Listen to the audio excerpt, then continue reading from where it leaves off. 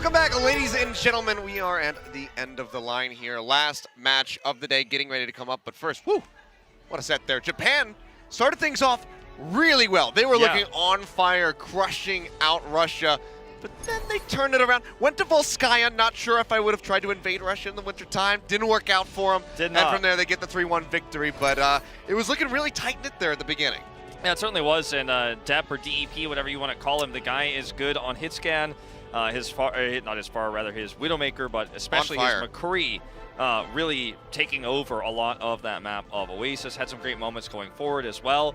But at the end of the day, you know, Russia's coordination ended up being too much for the team. I think momentum-wise, the shift was definitely towards Russia once we got to Volskaya. Yeah. I just didn't feel like Japan was playing the same game that we saw earlier on in the series. Yeah, and having Russia come into this and maybe have a little bit better synergy is not a good look for Japan, who is an entire team stacked up. But it was good to see from Dep there, kind of the spiritual successor to AKTM, who really kind of exploded onto the scene last year in Shanghai during that World Cup group stage. Same type of player, you know? Yeah, not here this year, and I think he actually is not playing anymore. I'm not sure. But he was a fantastic player, and it seems like Dep is kind of filling those shoes. But can't get the win, but there's still going to be hope for Japan moving forward. It would seem they have shown promise. The start of that series is absolutely stellar from them. Yeah. So they can kind of channel that moving into the rest of their matches across the rest of this weekend. I think that they can have some success, but there is some stiff opposition. Russia is looking very powerful at the moment here. Currently going to be, what, 7-1 on the day. Then we've got Finland versus South Korea. That's the hype coming one. up. Russia, depending on how this game goes, Russia could end the first day in first place. That's right. I think that it's important to note that Japan, I think, really showed us a lot of top-level play at their highest ceiling that we saw so far today. So I think when we talk about rankings, at least Japan seems to have a little bit more fire than Chinese Taipei, for example, and Hong Kong. The coordination seems to be better. They played with each other a lot, as you know, we saw earlier mistakes saying on stage. Because they play together a lot, so much, that synergy, you could feel it, you could see it. I think as long as the momentum doesn't shift too much away from them, I think they're a team that could really bounce back in this group if they actually get if they start to get a momentum swinging in their favor going forward for the rest of the weekend. Yeah, well, enough about Japan and Russia. Those guys are done for the day. There's only one more match ready to go. Finland versus South Korea. Like I said, this one could also determine that first place spot if they can come away with a 4-0 victory on either side, but that seems highly unlikely. This should be a bit of a bloodbath, some back and forth between these squads. And who's going to come out on top? I honestly don't know. They have the home crowd advantage here to South Korea, but will that be enough? Finland looked absolutely dominant in their first game. It's certainly true. Everyone's expecting South Korea to come out of this group in first place, but they did not look flawless in their match against Chinese Taipei. Finland, on the other hand, coming off of a very strong win. They made a huge statement in their previous match. So, you know, it's tough to say who's going to come out on top, and I think this might be one of our best matches we get in this group stage. All right, well, guys, let's go ahead, throw over to Golden Boy as we get ready to introduce our final two teams of the day. Annyeonghaseyo. Hello, everyone. Welcome, everyone, here in Korea, as well as everyone watching around the world. Now it's time to get into our last game of the night. It's going to be Finland versus South Korea. You guys excited? Yeah? All right. Well, I say we go ahead and bring out our first team to the stage. Ladies and gentlemen, put your hands together for Team Finland.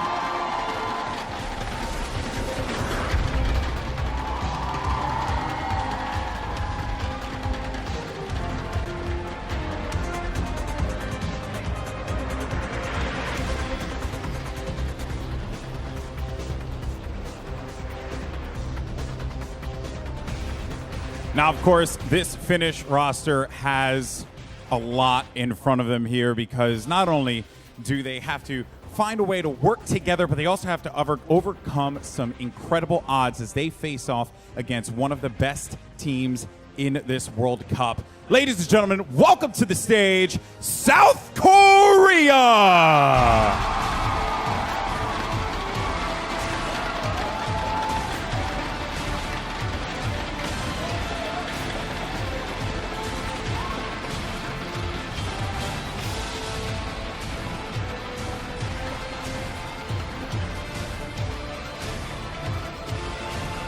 So the question on everyone's mind, is it going to be Winland or is it going to be an easy clap for South Korea? Let's go ahead and send it over to your casters to get this bad boy rolling on.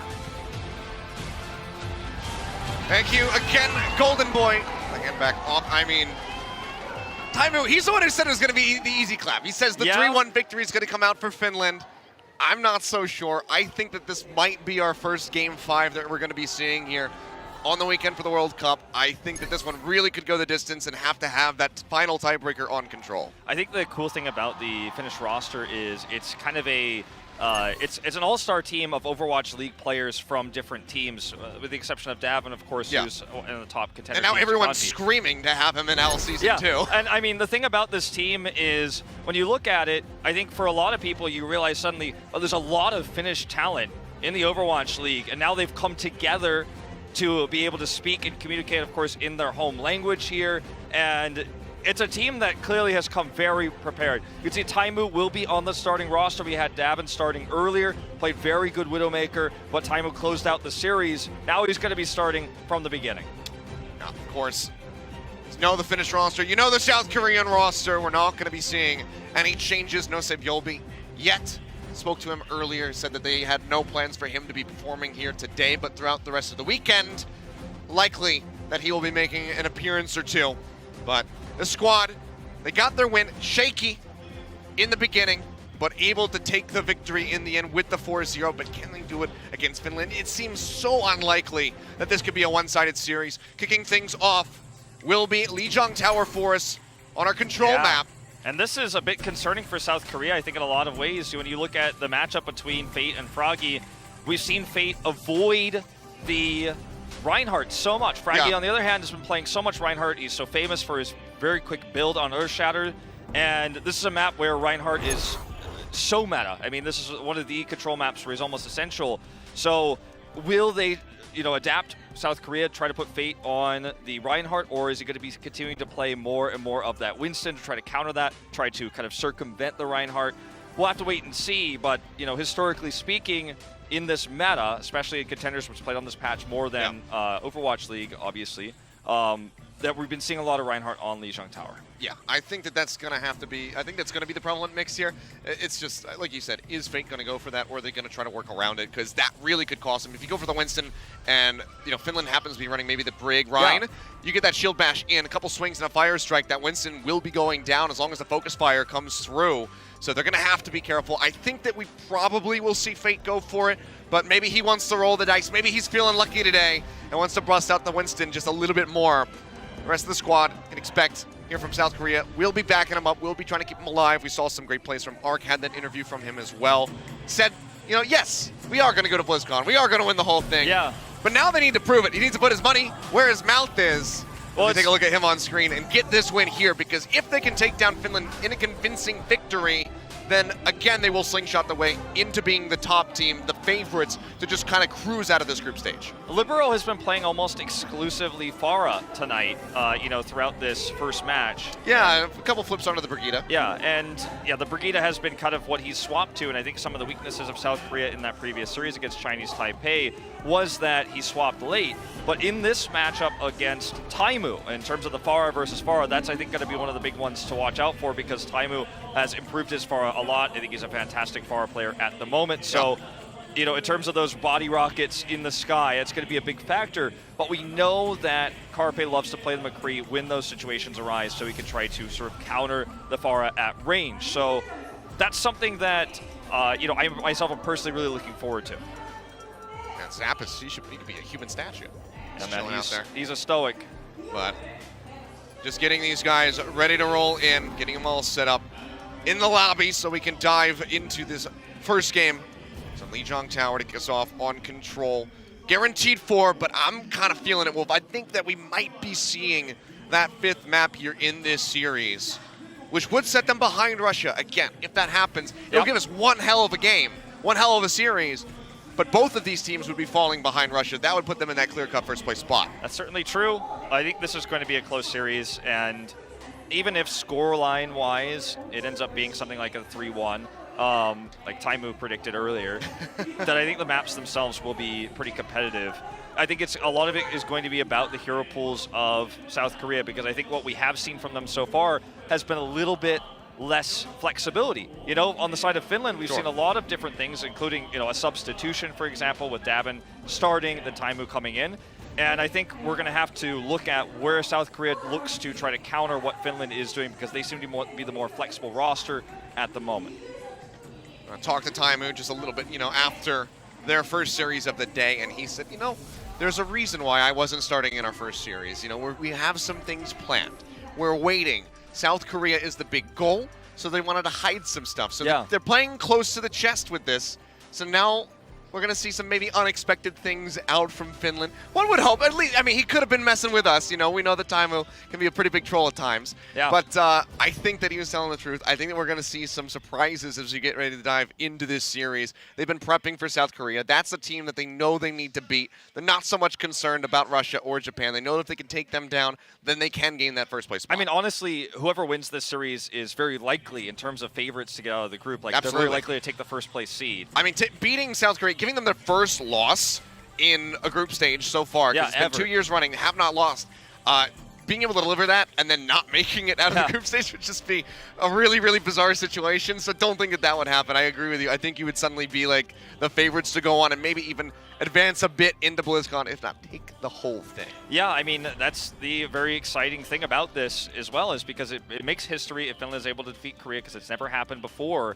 And it does set the stage for, even if South Korea gets out of this group, this is the least dominant South Korea I've ever seen, if that happens, right? And these are, again, hypothetical situations, but just based on what we've seen so far out of this squad today, I think there is, in both squads, honestly, I think there is a real possibility here that we look at that 3-1 that Taimu predicted. I think that is actually something we really have to strongly consider. That's why this series is so exciting, because it just goes to show that even though individually some of the players on Finland didn't actually have the high Overwatch League spot that majority of the players on Korea ended up with at the end of the day, I think divided and brought back together in this squad with good coordination, good preparation, they can take down a Titan. I think that's the potential that we could see in this series. Has to be careful, though, a lot of times when you make a prediction saying that you know what the map score is going to be. It usually happens, but it could be for the opposite team. So maybe this is the 3-1 easy clap for South Korea taking down Finland. You never really know.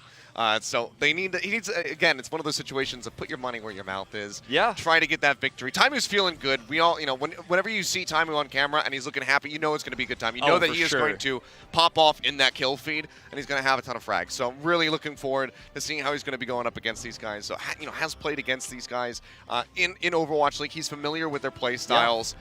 Now he gets to come out and represent his home country. He's played against some of these guys in Apex, back in the day. He's been playing against them for a very long time. I remember, speaking to Taimu when he was living here, talking to him about Carpe specifically, who had just left Korea at the time to play for a different team outside before Overwatch League started.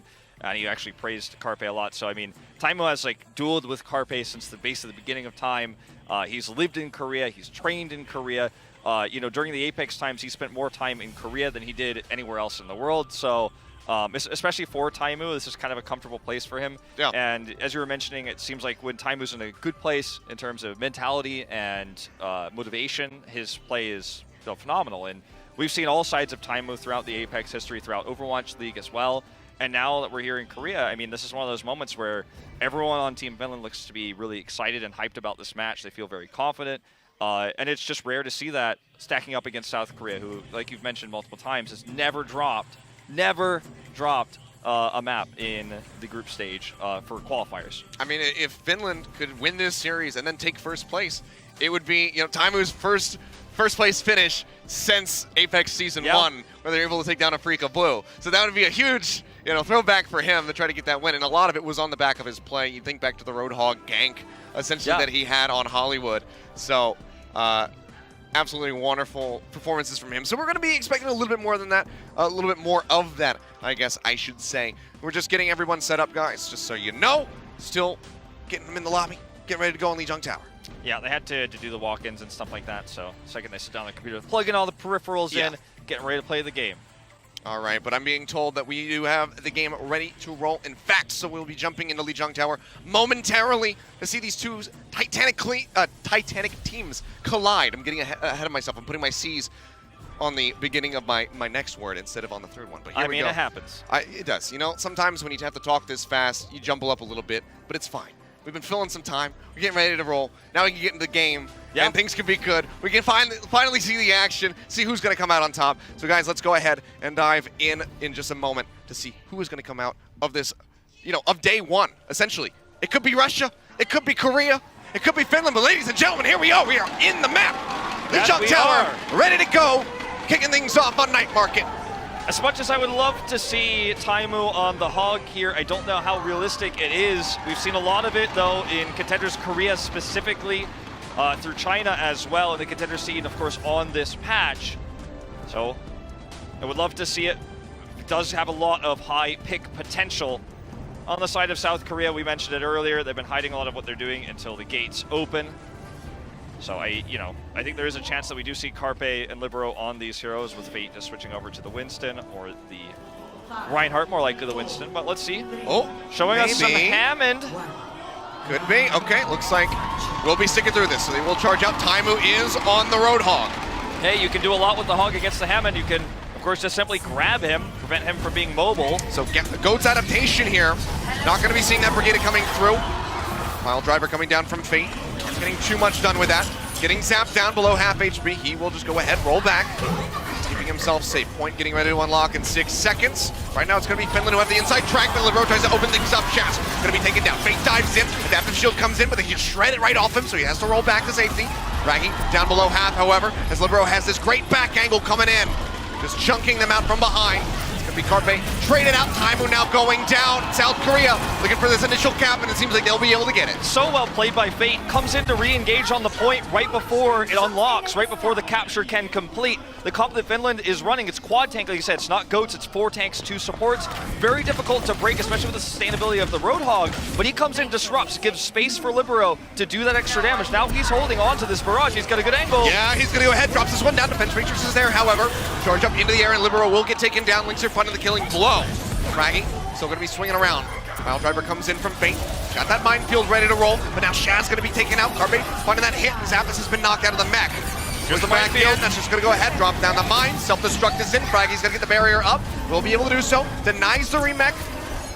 But Jonex here, he's got the Transcendence, and it's going to be South Korea maintaining control of the point. That's going to be a reset here coming in from Finland. They're going to have a big stack of ultimates, though, for this next attack. That's going to be critical. As, if this one fails, then South Korea is going to have a massive advantage. Now, remember, Meko is playing this Diva, so they're not running a Diva-less composition. That means that this can be absorbed, what Linkser is trying to set up here on the Zarya. Fraggy can shut that down with a Shatter to open it, to prevent the defense matrix from being used. Seems like they're looking to just maybe push straight up the front door here.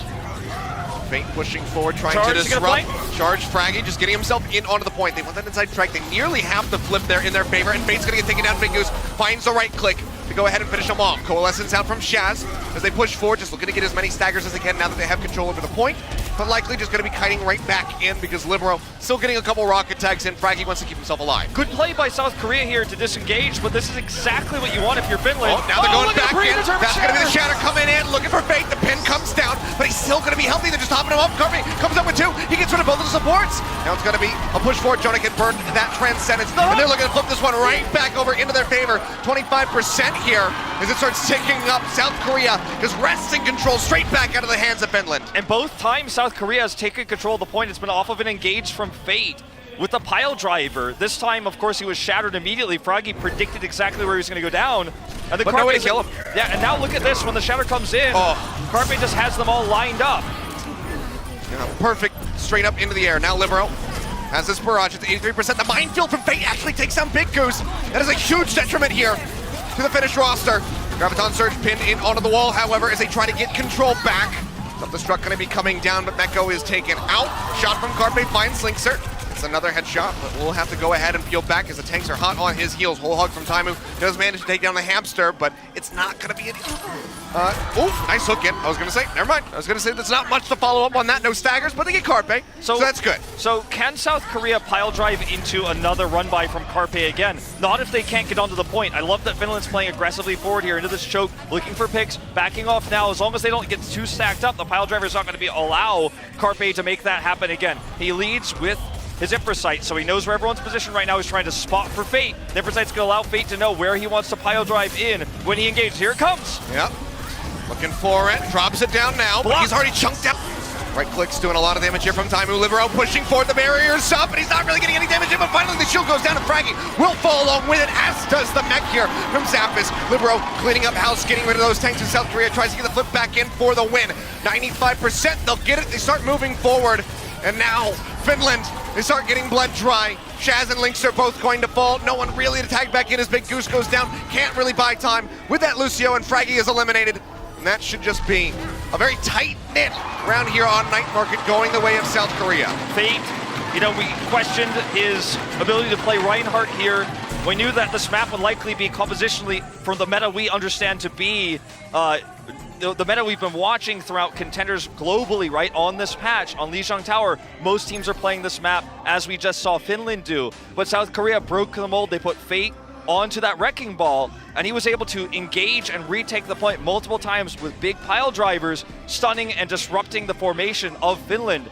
And it's, we talked about this all the time when we've cast this meta, that when you get set up on the point with something like that, especially when you have ultimates like Finland did, it's so difficult for the attacking team to break it. But the wrecking ball throws a wrench into all of that, and you could just avoid the shield, get in there, and drop the pile driver. And despite Finland's best efforts to play around it, they knew it was coming. They just could not stop the follow-up damage. All right, well, no Roadhog this time around. Taimu just going to be over onto the Brigida. So keeping things a bit standard here as Carpe gets dove on. Goes out that flashbang, still going to be safe, however, as they push outside.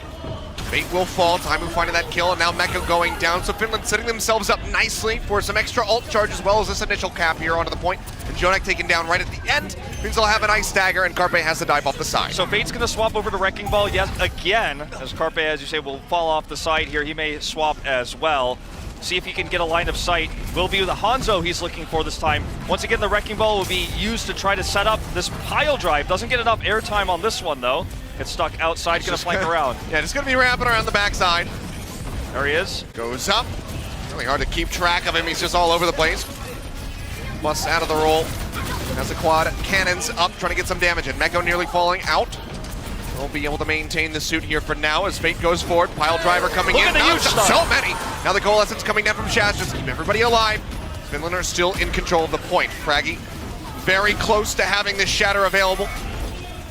Yeah, South Korea, they're just poking out. They're trying to work their way in here, but they're taking their time. They're playing this one out patiently, but now Jonak's going to go down, and that's going to be the invitation for Finland to push forward. Rez comes in, puts him back into the fight. He nearly has the Transcendence, but he's going to die right off the bat as soon as he comes back in. Now Libero dropping down the barrage, manages to get rid of the Reinhardt, but Libero and Carpe will both fall, and South Korea struggling to work their way in here on Control Center. I think that Finland has in a lot of ways figured out what Fate is doing. They're staggering Fraggy's positioning, putting him a little bit further forward so that everyone else doesn't get caught by that massive knock-up.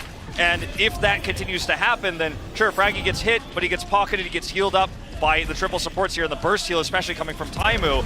And look at the position here. This time Linkser and co are not going to get caught by a pile driver. And so difficult to approach without that wrecking ball. Minefield. Holding the grab here for now. Waiting for an opportunity. High energy on Linkser.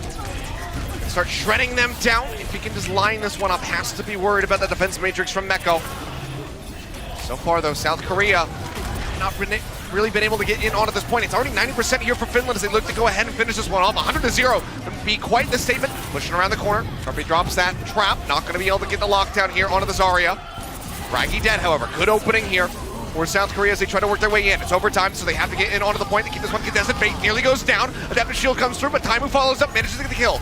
That's going to be Reptire coming through from Carpe. It's not going to get anything, and Big Goose actually takes him down while he's channeling it. So South Korea, they managed to get the flip, but this might be Finland able to regain control very swiftly. Yeah, Meko's just going to have to try to buy time, but he only has a self-destruct to do so. Oh boy, Carpe's moving over to the Doomfist. It's that time. Desperation coming through. Libero pushing his way over to the side. Graviton Surge coming down. Fraggy gonna get eliminated by the barrage. Carpe pushing forward, looking for the right click. Gets the hit there onto Shaz, taking him down, and followed up before that onto Big Goose with the seismic slam. Also gets Linkser. Comes back in with the Doomfist. This has been live or die by it for Carpe in the past. Right now he's living. He's living right now. Zapi's just gonna get staggered out, body blocked here, so he cannot jump off of the point. Of course, now will finally be killed here, eliminated, but South Korea by 40%. thing about this comp for South Korea is it doesn't have a lot of synergy. It was a live or die by Carpe's Doomfist, the burst damage he brings, but the supports here, especially the Zenyatta, can't really do much for him in terms of sustain, so he's going to have to do damage to build shields to survive. Yep. If Finland stun him with Taimu's Brigida, he's going to have a hard time, but look at this hide, this flank. He's waiting up top. He did shoot once, so might have given away his position depending on how close attention Finland was playing. I don't think they've spotted him out yet. Fate just keeps playing forward.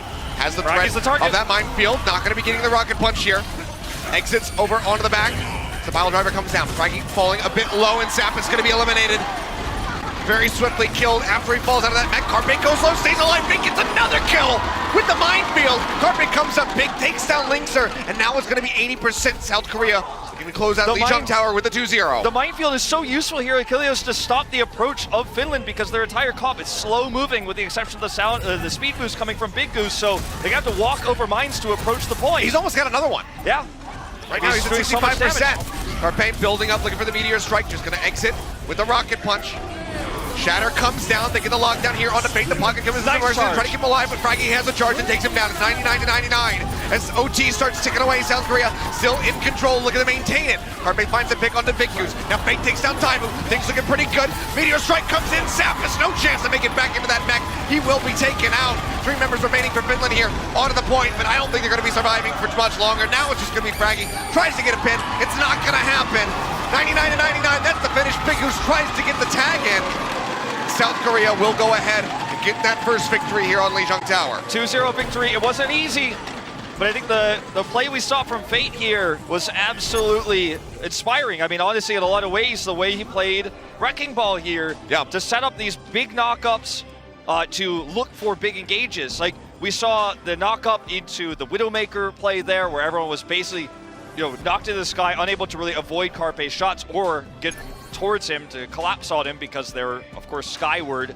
And then his ability to engage onto the point repeatedly while doing enough damage to build those minefields, which helped them control. We have to talk about Carpe's Doomfist blowing up that point, though. Yeah. Doomfist is a hero that, because he gains shields based on how much damage he does, if he starts to snowball, it becomes very difficult to deal with him. And when your only reasonable means of lockdown or Taimu's stun on the Brigida or a charge from Fraggy, a very mobile hero like the Doomfist, who was also hidden for the majority of his their second approach, it's just so difficult to deal with this hero, and Carpe played it so well. Yeah, he did. I mean, we saw him really go to that in the show match versus Runaway. He kept bringing it out, and it was either really, really good or very, very bad.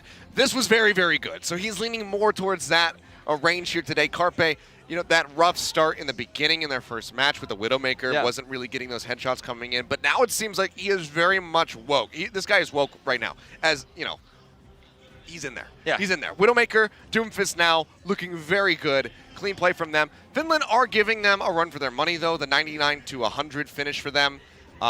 That was not an intentional pun, actually, now that I think about it. But, they're keeping it tight-knit. They're putting up a good fight, but unfortunately they can't take a round on Lijiang Tower, so they can't extend us to that final round. But they still have their chances. They're going to have their map pick moving into Hybrid. I'm not sure what they're going to be feeling here today, because we've seen, Kings Row, Eichenwald, and now... Kings Row, I think it's pretty likely, right? So. But, I mean, one of the things to keep in mind about Finland, I think, that we have to talk about is they adapted so well to what Fate was doing. They got caught off by it a few times, but then eventually Froggy was staying in the front, and he was the target they wanted to knock up most. But because everyone else didn't get caught by that pile driver, and also he didn't get as much adaptive shields because everyone's stepping further back. Yeah. It didn't work out as well. So how much more of this Wrecking Ball will we see? I don't know. I mean, I think if we do go to King's Row, we could see a lot of it on A attack from South Korea. But otherwise, that might be the end of what we see here, because it's so based on the fact that on control, especially on Lijiang Tower, your opponents are all set up in one specific area, and they're locking it down with a heavy tank comp, so you can get all the shields, you can get the big knockups. I don't know how much more of that we're going to see unless we go to King's Row. All right, we're about to find out. Let's go ahead and take a look and see what our second map of this series will be. As we go ahead and take a look at Hybrid. And it will, in fact, be King's Row. So it seems to be the flavor of the day, maybe of the weekend. But we're going to see it yet again. Yeah, and, King's Row is a map where we see a ton of Reinhardt Zarya, and that's playing into Froggy's strengths, especially. So, obviously, Linkster's had a great Zarya. So, let's see how South Korea approaches the point. Will we see more Wrecking Ball from Fate to try to counteract this? Or are they going to have to put him on the Reinhardt because he's been, for the most part, avoiding that? Remember when we saw South Korea against Chinese Taipei, they played a Sombra attack comp that didn't really have Reinhardt as a factor. We'll be on defense first, so it looks like we're going to see the traditional Orisa Junkrat Widow. Yep. And again, it's Team South Korea, so not going to be seeing the Roadhog alongside that, it would seem. Well, a lot of our contenders teams, that has been one of the favorite things. Have one of your supports flex over to the Roadhog, go for those Halt Hook combos. They have the Widowmaker, so you can still go for the headshot combos. If you practice that with your team, with your friends, it's pretty much a guaranteed headshot. I mean, remember too that the Roadhog in Korea, and obviously South Korea has scrimmed with a lot of Korea contenders teams, is normally played by the Zenyatta player, the secondary support. And Jonak is so good on the Zenyatta and hasn't had that much time to adapt to this new meta just yet because of how deep he was able to go into the Overwatch League playoffs that perhaps, at least for this stage, the qualifier stage, they haven't mastered it yet, but I think that is something we very well may see moving forward. All right, well, let's go ahead. Take a final look at what the attack is going to look like from Finland. Goats. And what a surprise! Yep, it's going to be the triple tank, triple support with Taimu, of course, on this Brigitte. We've been calling it a support because of her ability to heal, but she is very tanky. She does have, really good defensive capabilities. Running past the point here, actually. Yeah, she's going to be wrapping around the backhand side. This is not going to be any LA Gladiators nonsense. It's going to be a collapse in. It's a real Brigitte. Yeah, they want to push up onto the high ground. They want to try to force this Orisa out of position. They will be able to do so. We'll go ahead and throw down that barrier right up onto the corner as everyone piles in, looking for Fate. And he's going to get taken on the fire strike, finds the kill, but Jonak does knock Zappis out of his mech. So not without a cause, but now they're in onto the point. They're ticking up. They're halfway there. Jonak taken down by the orb of all things here from Shaz. And Big Goose gets Carpe. This is going to be a massive, massive time make here for Finland as they try to get this cap on the first push. Libero is above them, but he is all on his lonesome. He gets popped up in the air, and he won't come back down alive. So first cap in for Finland. And yeah, that's going to be 5.5 minutes on the clock. 5.5 minutes. Really nice execution of the run-by strategy. Not getting caught there. Given that Roadhog wasn't a factor, there was no way to pick them while they were sneaking around, skirting around the side here. We're going to see Big Goose. First perspective, he does get the final kill there onto Carpe. It's a good chase there by one of the world's best Lucios. So the comp we're seeing now from South Korea is Fate back on this Hammond, and of course Carpe going to the Doofus. They're trying to break this tank comp with CC. Yep, Fate diving forward, Adaptive Shield's gonna come in, keeping himself alive. Big Goose kind of go around to the side, keeping everybody sustained, building up towards that sound barrier. So a little ways away from that one, but now Taimu will have the rally set, throws it down. He's offering up his armor here to the supports. They're gonna lose it here as they take a smattering of damage. Coalescence out from Shaz, keeps everybody topped up as they keep this cart rolling through. So far, hasn't really been stopped. It's just been the drive-bys from Fate that kind of halted it. Carpe diving in, but immediately gets shield bash, and Taimu just shuts him down. And they tried to combo it with the minefield from mid-air to try to basically just drop them down. Does not work. Self-destruct comes out, manages to find Fraggy, so this is going to allow for South Korea to go ahead and gain control over the cart on this corner, at least for the moment. Echo goes in, gets rid of Zappis, Big Goose goes down, nice little stagger there onto the Lucio. Fate keeps playing forward, knows that he's got that incredible accuracy with these quad cannons. He just wants to build up as much as he can for the next minefield. Yeah, you have this ability to do massive damage and position yourself more aggressively because you have a huge tank pool, tank health pool because you are a tank and you have your adaptive shield. So you can play aggressively. Here comes the run in. Shatter going to be coming in. It's going to be Meko getting locked down. Fate as well in the back. Both Fate and Jonak there going to fall. Meko taken out and eliminated.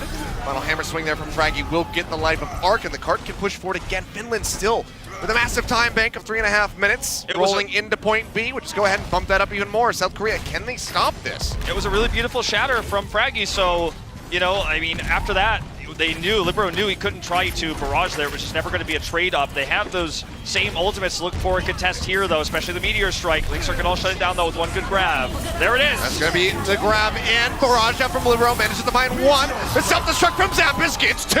Libero and Fate both going down. Meteor Strike comes in. Big Goose going low. Zarya bubbles there to try to keep him alive. Rocket punch in. Can't get the execution. Big Goose still survives. He's over onto the cart, keeping this one contested. Carpe jumping way over to the side, trying to stay alive. He's down below half HP. And Fraggy manages to get Jonak. As they try to get this completion, 1.43 meters left to go. Arc is going to have the res, puts the Zenyatta back into the fight. Fate playing forward, Pulls his way out of there, but Meko's gonna get taken down and Jonek's dead again. The Goose will get eliminated. Carpe finds that one.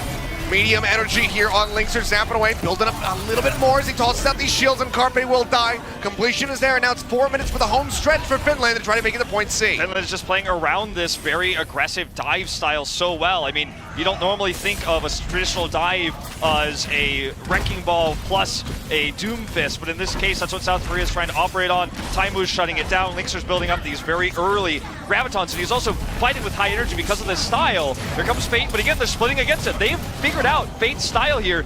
It's very predictable. It's a straight up swing in and look for a big pile driver, but when you can react to it this quickly, especially with a Lucio on your side, it becomes so much less effective. I think that's what we're seeing here from South Korea, diminishing returns. It's kind of like predicting Haksal using a Dragon Blade to go to, Korean contenders for a second. He dashes up into the air, and then the blade's going to come out. You know it every single time. Yeah. That's the same thing with the pile driver here from Fate. He's going to drop down the minefield. Linkser falls low, but gets the shielding back in. Just looking for Carpe. Getting these right clicks in onto him, almost takes down that Widowmaker single-handedly. Fate's still wreaking havoc around the backhand side, but he's zipping his way out of there very quickly. And all the tanks are distracted. It's going to be 2 kills coming in as Taimu and Big Goose both go down. And now it's just going to be cleanup time here for South Korea. They gain control over the cart. This is going to allow them to drain some time off of this bank. 3 minutes just about, still plenty for Finland to get this completion, but you can see the swaps coming through. Yeah, we are seeing a major composition swap coming through from Finland, and this is going to allow for more burst damage. Linkser's running the Hanzo, so Storm Arrows can be used. Fate's going to be matching. Oh, yeah. Okay, flipping around. He's making up his mind. Okay. Time to find Libero. Well, that's one thing that you can do with a very quick swap is to eliminate the Pharah immediately. Yep. Get rid of him, try to force out that res perhaps. Linkser comes up, finds Carpe point blank, taking him down. He will be under fire and he will get taken out. Meko finds that one, but Taimu gets rid of Arc, and now Jonek's gonna be out of the fight. There's no supports available here for South Korea. They get the elimination on Jonek while he has the Transcendence up. The cart starting to move forward for Finland. Looks like Fate just wanted to respawn here. That's why he charged in like that. If you got a kill, it would buy a little bit more time. But look at the control of line of sight here for Taimu. No one can deal with him right now. There's just simply no way. Wants to get that headshot if he can take down Jonek, but now it's not going to happen. Pops the Transcendence. Another pile driver out from Fate trying to build up. Taimu looking for his shot. Drops over onto the back. The self-destruct here, not going to find anything. And Carpe manages to get rid of Shaz. So that's going to be a nice little pick off here for the side of South Korea, alleviating a lot of pressure. Now his Zappis as well will die. Libero over onto the Tracer, nearly has that pulse bomb set and ready to go, but the rest of Finland have kited their way out. They're moving back towards the spawn. South Korea has finally stabilized now. Yeah. Big Goose trying to survive underneath there, isn't able to do enough healing there. Unfortunately, the safest team is going to have a Valkyrie for the next push. But look at the setup here. Fate is hiding around the corner. Libero can hit anyone who just swings around. Hail Mary here to look for that final push. He's hoping, of course, to grab Shaz, if possible, force out an early Transcendence. That's what he's looking for. Push is dead, and that's just going to be the one clip coming down. Shaz did not stand a chance. This gets melted down. No Transcendence, no nothing. Now going to be under a minute if Finland can get this finished. So what started out with a fantastic time bank has now been bled dry by South Korea, or pretty close to dry, I should say. Taimu manages to trade one up here against Carpe, but he is in no man's land and will get taken down by Meko. The Diva just hounded them out. 52 seconds left as, right now Finland has a huge slew of ultimates here, but they have to use them efficiently right now. Dragon Strike comes out here, zones a little bit. They need to make sure that the self-destruct can do the same. It rolls through. Jonek now getting another Transcendence available. Carpe looking for a shot, spots out the Hanzo. This is out on the body tag. Not gonna get him. Now she's looking around. Sees the Winston, can't get an angle really. Transcendence is gonna be out from Shaz, keeping everybody alive. Jonek matching here onto the cart. And Fraggy will be the first one to fall as the Transcendence expire. South Korea gonna go ahead and hold this one off. Linkser falls low, Linkser goes down, Jonek comes up with a kill, Fate charging forward. He's got another minefield. He's gonna drop in, the pile driver gets rid of Shaz. Big Goose goes down, as does Zappis. And this might just be it. Finland, the desperation swaps coming through. Taimu trying to zip his way out of there, will be able to do so, but he's got no HP. Linkser's dead on the Tracer. Carpe takes his head off. They get rid of Fraggy, and that's gonna be the OT. Forced out as a minefield just gatekeeps Finland. Welcoming them in, they say, yes, please come try to get and tag the cart, but they're not gonna do it. Yeah. So no completion here after a 5.5 minute time bank on point A. Very well played by South Korea to stall it out. Libero swapping over to the Tracer, I think, was the real key change they made there at the end. And, it was very well predicted they predicted well what Finland was going to do, how they were going to change up their compositions. So, we had this Tracer looking for flanks, harassing the backline, doing so much damage. I do see a quick highlight here of Carpe just making sure they could not get back to the point. But, I mean, when you look at what Finland was able to do early and how much of a time bank they had, the swap over there from Libero's got such a massive hero pool. He has always historically, even since his Apex days. When you look at that, you think, okay, South Korea just has so many things they could do to shut down a push like this. But the big but here is that Finland is now on defense. South Korea has shown us a little bit of Reinhardt. We saw Fate play a little bit of Reinhardt there to very lackluster results. He now basically has to play Reinhardt if he wants to play to the meta here on attack.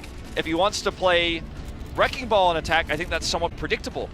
And, you know, this is, I think, getting A is the biggest hurdle for South Korea right now based on what we've seen from them in these first 5 maps. So let's see where he's going to lie in terms of hero pool. I don't think Carpe is going to be playing the Reinhardt, but let's take a closer look at Fate in just a few seconds here. Well, it seems like right now Finland going to be operating with a double sniper comp. They have Taimu on the Widowmaker, Linkser with that Hanzo. Divalis, as they do have Zappis here with the Zarya, so going to be looking for those Graviton Surge. But again, have to be concerned about Meko. But looks like we're going to be seeing this again. South Korea, they have Jonah currently on the Ana. Not going to be the Genji coming out like we saw in their first series. Nope. Oh, there we go. Okay, okay. the last second swap does come through, so they're going to be looking for those Nano Blades. Already Fate, though, gets tagged up quite a bit. All right, watch Jonak's tracking of Libero. It's going to be very critical for him to make sure that this Genji stays healed up, especially later on once he starts committing into the back line. For now, Libero's just skirting around the edge looking for a good angle before they commit fully to this dive. As you can see, here it comes. Jump in over onto the top. Maggie going to be all right overall. A couple more left clicks coming down. Libero just keeps trying to play around this corner. Get some damage in. Gets a nice hit there on the Linkser. Couple straight into the face here onto Fraggy, but Taimu finds the opening shot, taking down Jonik. That's going to be delaying that nano boost for quite a while. Reflection comes out. Good angle here for Libero to build up. The top. Right click's coming down. He's got both supports in onto the corner, and they still managed to actually take him down. With them pocketing each other, thought maybe they would be able to survive, but it's not going to happen. Linkser manages to trade one back as Meko will fall, but now Zappis is going to be out of the fight. Finland struggling here on this defense. First tick nearly there for South Korea, and with Libero just cleaning up house, they will be able to get it. Ladies and gentlemen, this is coordinated dive at its best. The teabags here as Libero. No, it's tactical crouching. Remember, it's tactical crouching. Sorry. But anyway, so we have this Genji come through, super coordinated dive, and you were talking about the healers trying to pocket each other. It does not work. Hold that thought. Tries to go for the fadeaway, but a little bit sloppy. It's all right. He's trying to. It's an intimidation tactic, you know. An intimidation tactic, indeed. Libero about to have that Dragon Blade, though, and that's something that's certainly intimidating for the side of Finland because Shaz does not yet have a Transcend, so that's going to be a very vulnerable moment when the Nano Blade swings through. Libero is ready now, so this is going to be the moment. Can Shaz survive this? Build a Transcendence. There's a very tiny window Libero has here to get in before that's possible. Can Linkser shut it down? Yeah, that's also a possibility. So, we'll keep our eyes trained here on Jonek for now to try to get the setup. As soon as we see that nano, just straight in on the Libero. That's going to be the execution coming through.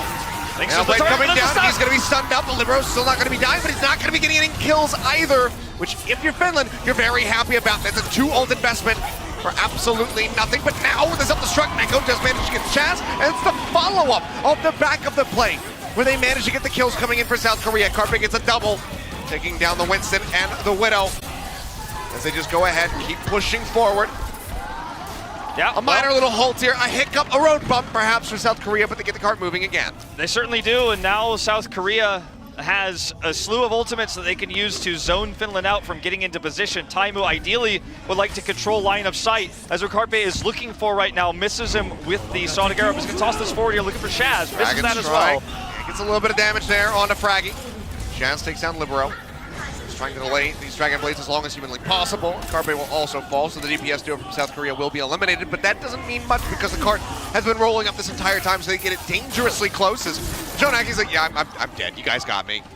Yeah, and now this is shut down. I think the key thing here is that they were unable to really do much with that Dragon Strike. Carpe wanted to mess up the formation there of Finland. It did not work. Finland's able to take this fight not only, as you can see here, we're going to take a look at this, I guess, a different angle, but what Finland was able to do in this fight just previously is win the fight with no ultimates used. Now they're going to have a rally. As you can see, everyone's armored up. Yep. Like, this is going to be a hard nut to crack for South Korea as Libero will swap over to the Pharah. Well, that's a great opening kill here.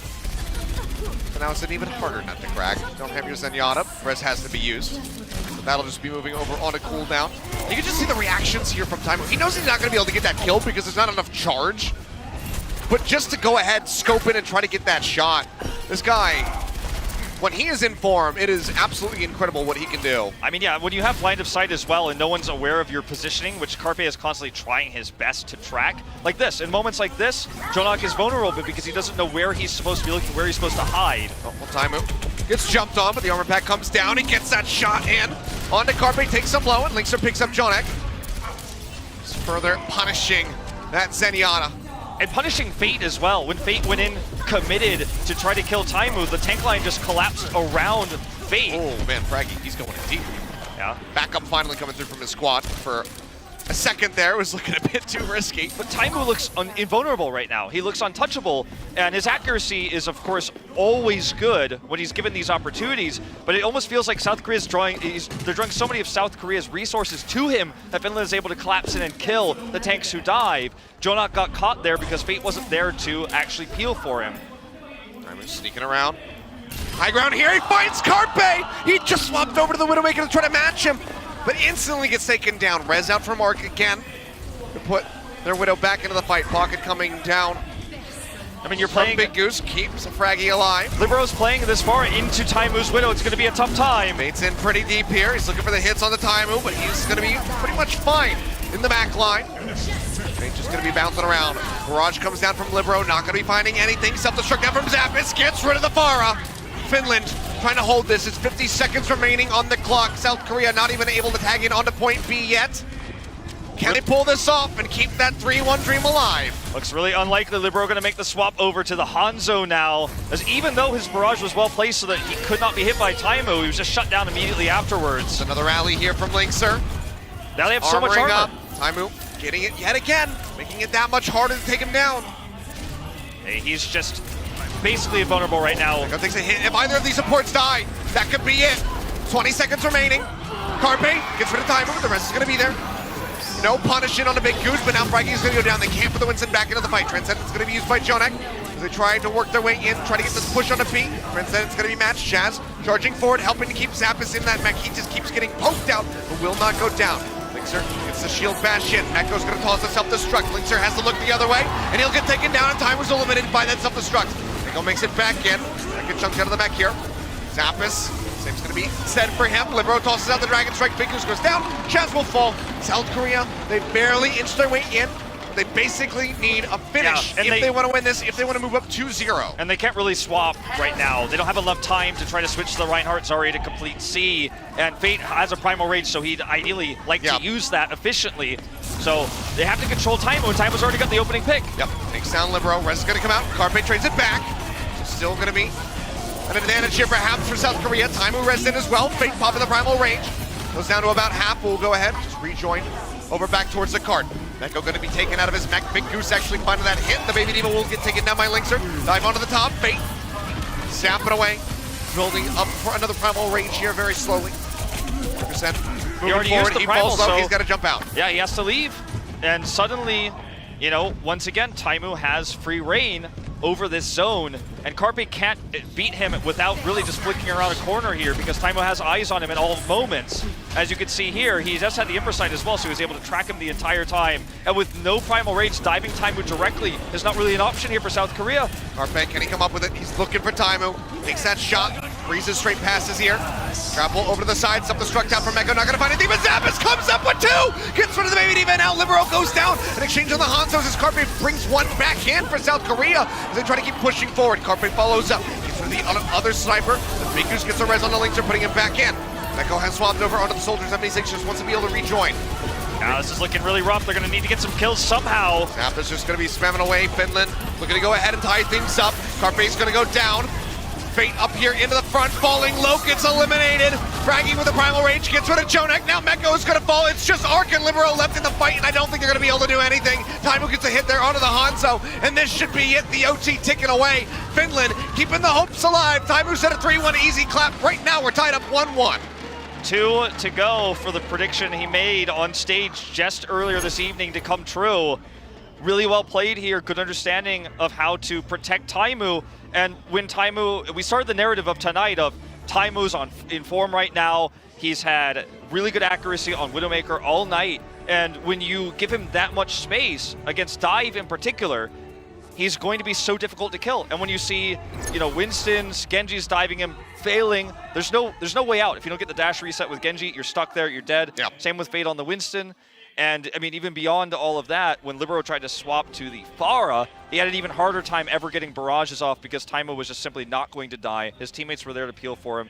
And he was willing to go so far back that he was irrelevant, basically, to stay alive, and then slowly crept back in and kept getting that damage done. Yeah, I mean, stellar performance there from Finland. It was a little bit rough when they weren't able to get the completion onto point C, but a fantastic defense comes through. They managed to hold off South Korea, and now we're going to be tied up 1-1. So we get to see what South Korea favors for their map pick. It's going to be the first time we get to see it here as we get ready to move into Assault, so we'll see where they want to take us, but no 4-0s. We're going to have a series on our hand. Taimu, can he deliver on his word, get that 3-1 victory? It would be such a statement to make here for the Finnish squad to try to get those wins. But guys, we're getting ready to go into halftime, but first, let's go ahead and throw over to Golden Boy as we have an interview on stage.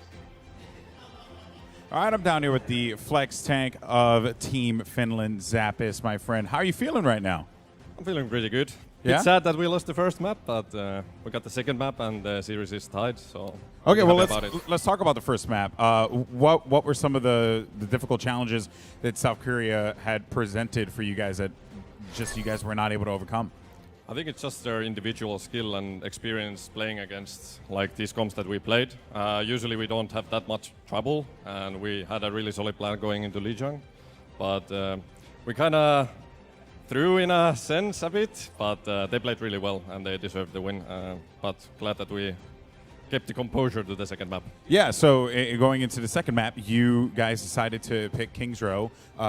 Furthermore, you had King's Row, but you also had to deal with Hammond or Wrecking Ball, my favorite hamster, and a very, very challenging for the 3-3 composition you guys were running. Did you expect South Korea to run that? Well, we thought about it and we had like a plan against Hammond because Hammond is like new released hero, so we don't have that much experience going against him, but we still like theory crafted what we will do against it, and it worked out okay. But why we picked King's Row is just we thought it was a good map against Korea. Yeah, and finally now, as this series continues, I mean, everyone's saying it's either South Korea, Finland, Russia. Like these are the three teams that are going to come out of here. But do you feel confident that you can get a win over South Korea, which would be monumental in the group stages? Do you think that you're going to get this 3-1 potentially? Yeah, of course. Like you can't play if you don't believe that you can't win. Hey, man, fair enough, fair enough. Zap, it's always a pleasure to speak to you, my man. Thank you so much. And when we come back, the war continues. Finland versus South Korea, tied 1-1. See you in a few. Overwatch World Cup is brought to you by T-Mobile, America's fastest network ever. And by Omen by HP, the official PC of the Overwatch World Cup.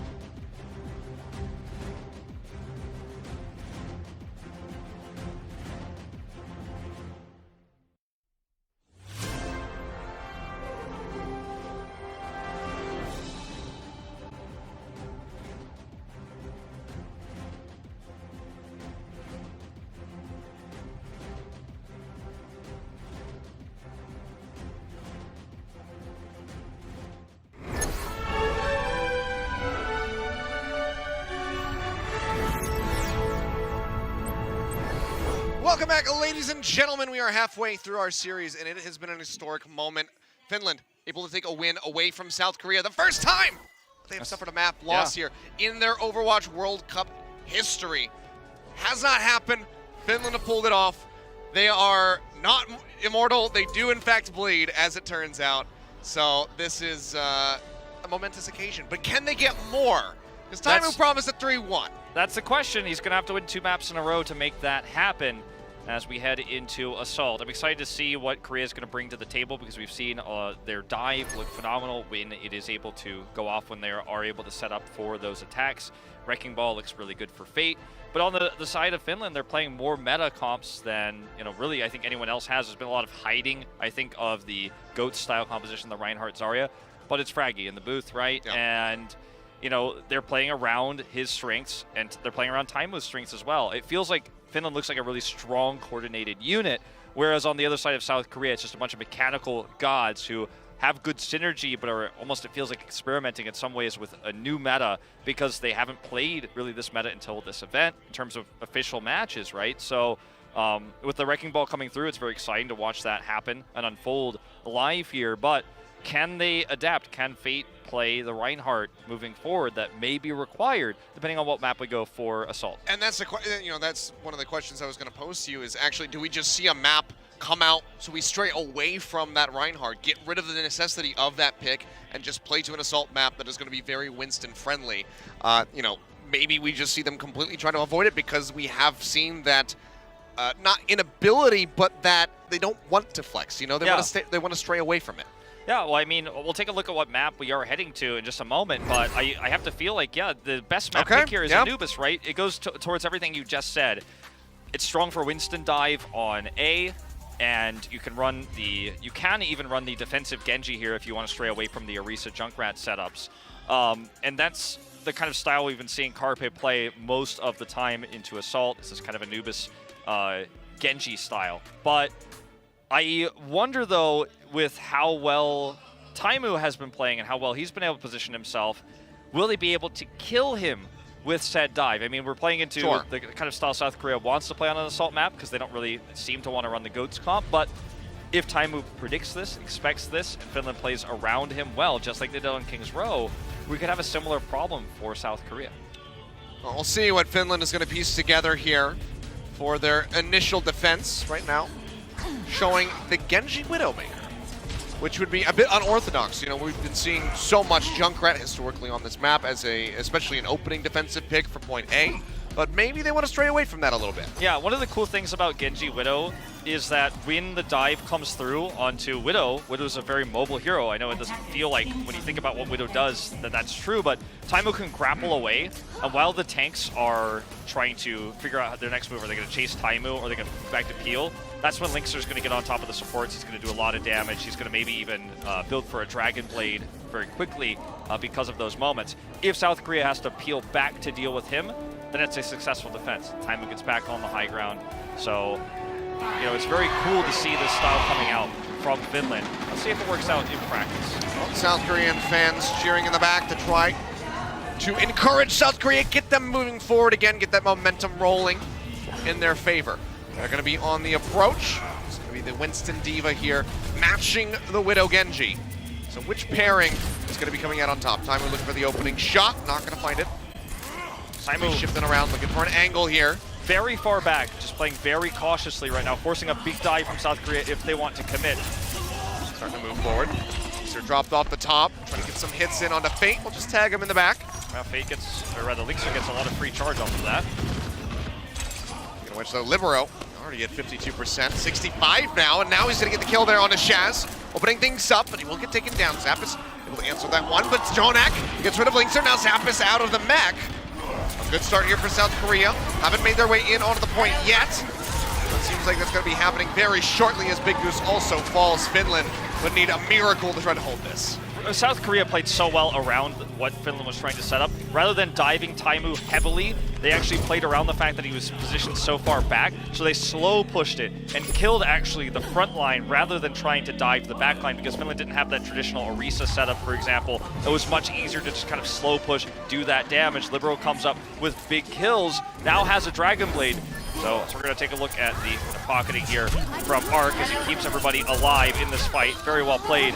But now we are looking at potentially the double cap. That's the scary part of this. That's why Taimo has to flip over to this Brigitte. But we saw this exact same attack from South Korea once already. Let's see if they want to wait for the Deadeye here before they line up the Dragon Blade. Valkyrie opens things up. Libero will go ahead, draws out the Dragon Blade. He's looking for the swipes. The pocket comes down with a final hit. Manages to take down Shaz. Now Taimo eliminated by that self-destruct from Mekko. Shaz will be rezzed back in. South Korea gets in onto the point. Right now going to be contested, stopping them from getting that first tick at least. Carpe here completely safe on the McCree. Gets those headshots in, and Fraggy will go down primal range. Doesn't really mean much to South Korea. They go ahead and burn right through that Winston very rapidly, as well as the mech again. Deadeye comes down. He's got 3 lined up, but it's not going to get anything, and Linkster comes in from behind with the Doom Fist to take him out. Linkster's caught here, though, and they are buying a lot of time, but they're going to need to get more than just 1 pick if they want to stop this double cap. Yeah, Rez comes back in, and they're just going to have it. A massive time bank here. South Korea with their first map pick of the group stage ever in the history of Overwatch World Cup, absolutely roll through to success. And, you know, they get that 2-0 very swiftly. It's just common knowledge, I think, to a lot of people that when you capture A like that, have an old advantage going for B, especially in this meta where someone has to swap to Brigitte when the Dragon Blade is ready. It's common knowledge that sometimes this double capture does happen. So I think that Finland is probably not going to be too shaken by this time bank, because if they themselves can also match it, they're going to have a really good time. So this is, of course, the res onto Carpe here. And he's able to kill Fraggy. Huge pick there to help secure that, make sure that they couldn't tag onto the point. Yeah, big denial. My concern for Finland now, though, is will they be able to, with Linkster assumedly on the Genji, will they be able to dive and get A as quickly and snowball this? Because their strength so far has been more into the tank-based play and that sort of aggression, setting up fights around speed boosting onto points, falling up into one zone, more GOAT-style composition. But, you know, we know Linkster is a very good Genji. They're running the same comp here, looks like, based on spawn room alone. They need to have a good A attack to match the time bank of South Korea. Yeah. And that's something that when you defend first on assault, and you end up, your opponent grabs that time bank, it's something that you have to keep in mind when you attack, because if you try to run goats or something like that here and it fails, you've lost too much time. And then you, and this is one of the worst maps in the pool for that, which goes back to what you were saying about why South Korea picked it. So you really have to make every push count right now. Otherwise, when we potentially go to extra rounds, you're going to have less to work with. Okay, so a bit of a change here from Libero. The Junkrats typically going for that right flank, the trap, but now going to be sitting up on the left, trying to throw off Finland, get that easy pick. Poison trap coming down as Linkster pushes around the side, and Libero's there to clean him up. Really good DPS synergy here to make that happen.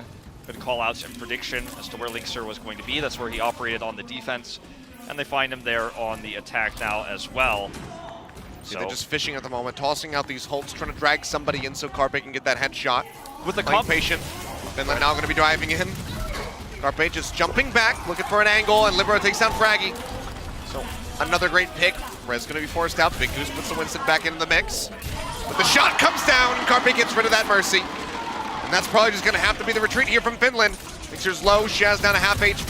They still push back forward here. Zap is trying to build up for that self-destruct, but he's just going to get knocked out of the mech, and they can just go ahead and stagger him, really, if they want to. Linkster pushes forward, manages to take down Fate, now finds Carpe. Can they actually swing this into an advantage?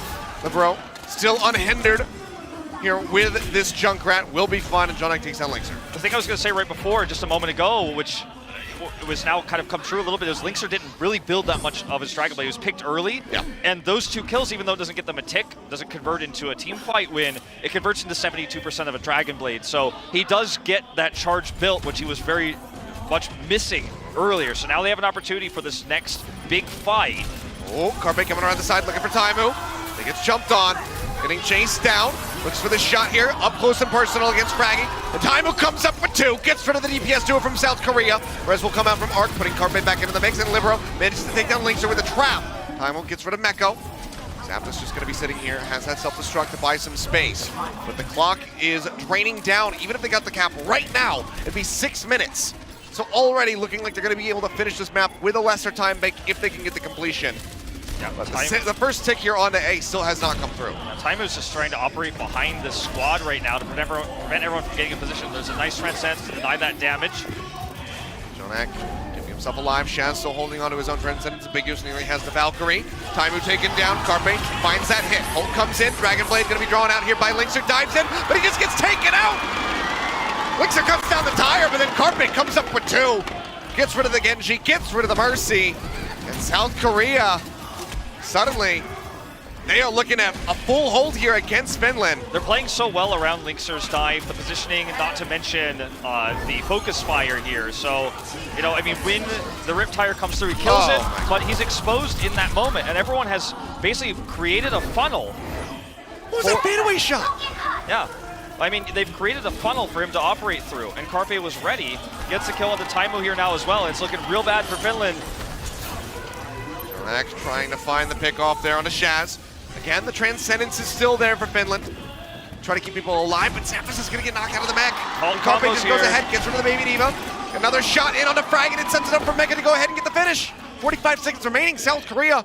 It's looking like they might be able to pull off this full hold. I mean, if Carpe pops this this visor here, he's going to be able, or the infrasight, he's going to be able to get the information as to where Taimu was trying to flank. Looks like he's just going to wait for now.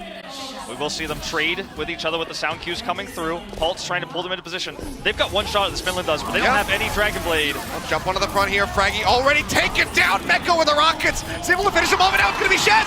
No Transcendence. He doesn't get to use it. Big Goose hovering around, has the Valkyrie, but can he get a res off? It's going to be the question. I don't think he can. Mecha gets rid of Taimu. Another shot comes out from Carpe. Cuts down Linkser. Libero under some fire, but seems like he'll be okay. Big Goose is dead. Zampus goes down. That should just be it. Can anyone tag the point? Headshot in as Fraggy does tag in for the OT. Shaz trying to charge in. They're trying to gain him out, and he can't make it in.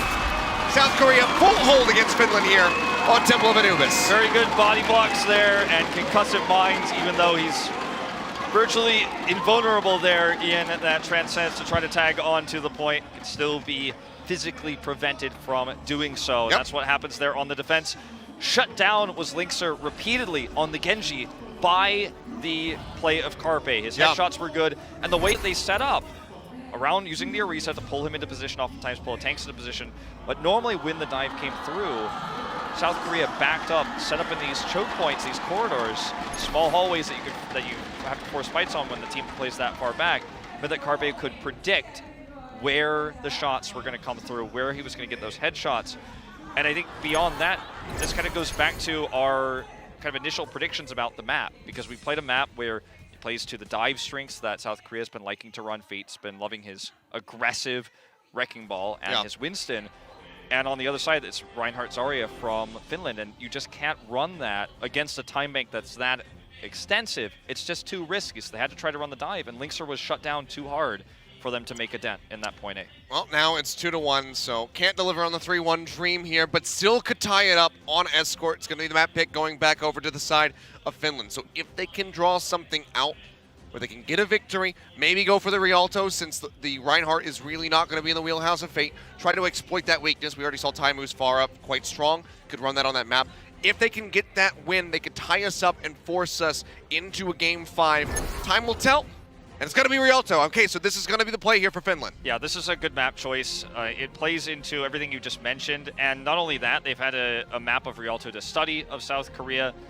So if they play their style well, and if Farah from Taimu is the right pick, if they're able to do enough damage to set up for good fights, and all those archways, those little small choke points, if they could take those fights defensively, I think that's going to play into the strength the most. This is also a map to where, even though Fate probably really wants to run that Wrecking Ball to try to counter the GOAT style, I just don't think with how this map is set up, it's a good place for Wrecking Ball to try to charge in and get pile drivers. Compared to maps like Lijiang Tower, where you're kind of stuck in one place and you have large open areas for him to swing through, doesn't really work out so much that way on Rialto. All right, well, ladies and gentlemen, we are ready to dive into game here. Potentially the final map of this series, unless Finland can come up with a victory on Rialto. Let's go ahead and find out if they're able to pull it off their map selection. We saw this from South Korea, as you mentioned already, Wolf. And this was the sort of weaker ending to that series for them. Started off a little shaky, was good in the middle, and then ended a little shaky on Rialto in their first match versus Chinese Taipei. South Korea, can they show improvement in such a small span of time? That's the big question. I mean, Libero is already highlighting that he wants to play the Genji. So Finland, remember, they have 2 great Widow players, Taimo and Linkser, on this roster. They've got Davin on the bench. He won't be playing in this series, of course, but future stage of the group. Taimo and Linkser here are going to be the dynamic DPS duo that are looking to shut down South Korea's formations. That means we need to see Taimo fly up into the sky, get behind Fate's Reinhardt shield. We're going to be looking for Linkser to flank.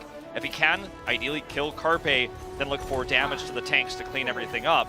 That's what Finland's trying to operate around here. We'll see Zappies swap over to that Zarya now. But for South Korea, Libero has to be the X factor here because they don't have a Pharah to circumvent Froggy's shield. He's going to have to get into the backline somehow. A nice shot there on a Taimu, but not going to be the kill. It's going to be the body shot. Poison trap, going to get triggered. Spots out Linkser here for the moment. Carpe just pokes forward. Tries to take him down, but has to retreat.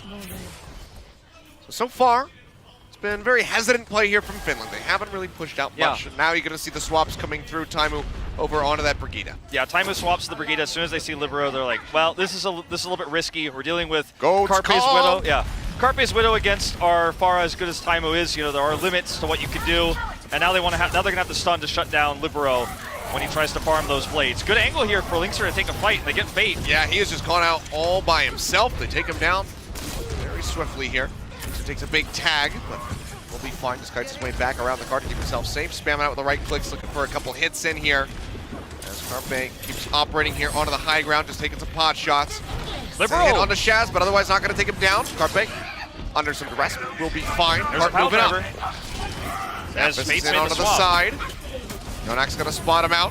He'll just zip his way out of there, and Carpe finally manages to get rid of that pesky Moira. So the first healing going to be eliminated.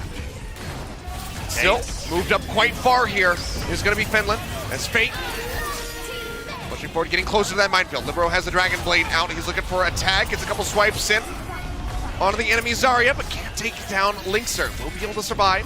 Now it's going to be back to spamming with these left and right clicks. Fraggy falling low. Carpe able to scoop up the kill. Now it's going to be Linkser under fire yet again.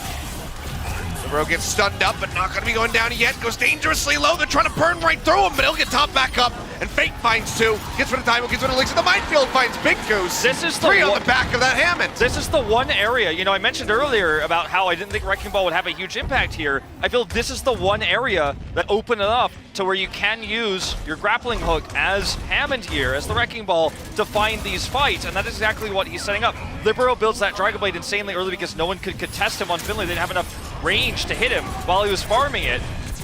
I'm able to swap over onto a Sombra. Yeah, he wants to try to shut down the Wrecking Ball with hacks, but it's easier said than done. If you hack him, he cannot use his adaptive shield, and that's where he's going to fall really quickly. Well, he's going to be diving in there. Rolls his way out, the hack, not going to be able to go off. Now looking for it, finds it onto Meko. Taimo falls dangerously low, then just a jump back, and Meko will get taken out as that Graviton Surge gets burned by Linkser.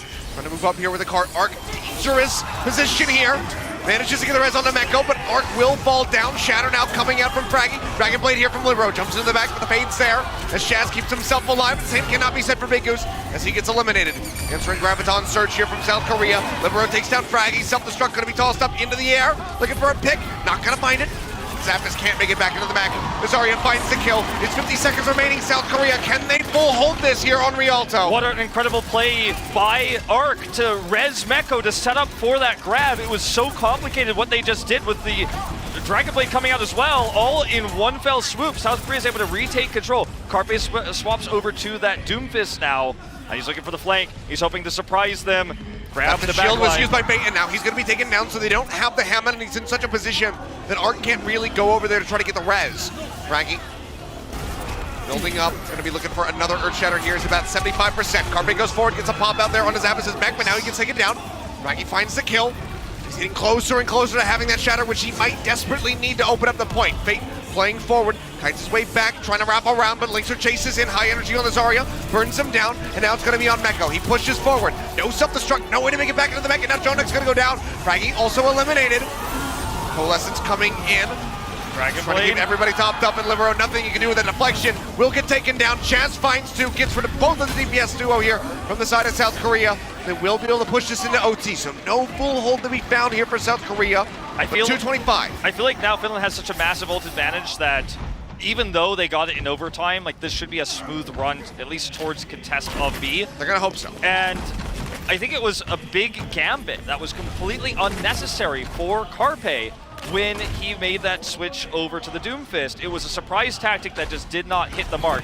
EMP is available here for Taimu, but he's staying in perma-stealth right now, looking for the back line here. Good opportunity. EMP is just going to get dropped down as they spill forward, and Frankie's going to find the kill. Now Meko going down. It's going to be the 1-for-1, the Ryan on the Ryan, the Zarya on the Zarya. As Jonix in an odd position. Let's take it down. Contest the card for a moment. Carpe drops in, manages to get rid of Big Goose, but will be punished immediately thereafter. Minute 37 here on the clock as they get ready to round this corner. Wrapping around, they made it through that choke. Now they're dangerously close to point B. South Korea, how do they halt this? It's all about this, I mean, it's all about dealing with this Earth Shatter correctly for South Korea. They can build their own right afterwards, but Fate cannot let this connect. He has to make sure he shields up, that's why he's holding it right now, make sure he has enough health for it. Barrier pretty low here from Fraggy. Coalescence coming down, Sound Barrier coming out, trying to keep him alive. Shatter comes in, just gonna be the solo in on the Fate, charges him out.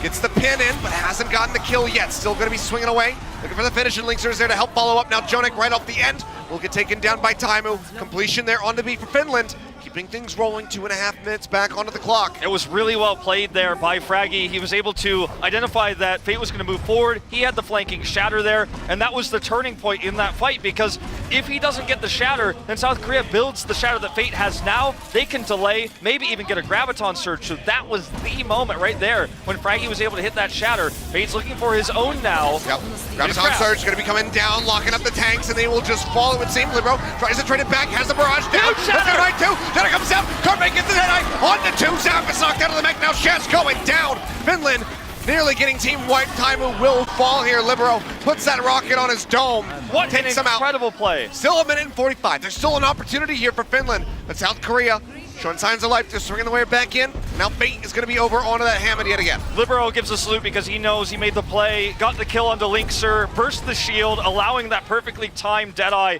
to fully connect there. They're swapping around a little bit more. Fate goes back to the Rhine. Now Fate is back on the Rhine. Good angle here for Libero to take pot shots right now at the team of Finland, as Frankie's holding a Shatter, but he's not in position to use it, not just yet, not till he rounds his corner. Yeah, they need to break that barrier here from Fate. Still playing forward. It's going to be weakened. It's going to be Coalescence coming down. Shatters in. Meko and Jonik both going to hit the ground. Transcendence comes down as the pin is attempted by Fraggy. He's not going to be able to get the Zenyatta. He's still going to be alive here for the moment, but the shield bash comes down. They try to pocket it back up. He's completely in the corner, and he will go down eventually. Fate swings his way to that victory, but Libero and Jonik have been traded out in the meantime, and Arc has not gotten into a position to try to get the res off. Linkser inches that cart up just a little bit, getting it into the doorway, but then has to kite back. Now he's in an awkward spot and will get taken down. He got killed right before he could use the grab, and that's huge. And now Libero just looking remaining for that angle. He can still rejoin, but now Big Goose goes down as well. Okay, now they get both res. They can zip their way back with the speed boost. The rest of Finland, however, has to kite away. This is going to have to be an OT finish. It has to be Meko who blocks the Graviton Surge. That's the biggest thing right now.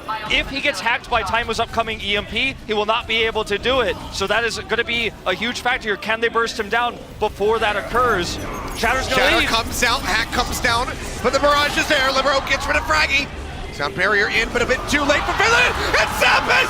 Oh my God! The 5-man bomb comes down, knocks Meko out of his suit, and South Korea just completely wiped. Completely wiped, and it will be the overtime finisher. No one can tag on to this point. That's the end of that. Oh my goodness! Are you kidding me? And Linkser gets the grab, allows that to happen in one moment. Everything can change in Overwatch when you have that old synergy, and you've got Taimu on the Sombra, allowing this to happen. Let's watch this again. Let's look at this. Please, up into the sky. God, EMP, let me see it again. EMP and the Graviton Surge all together. Bigger bang.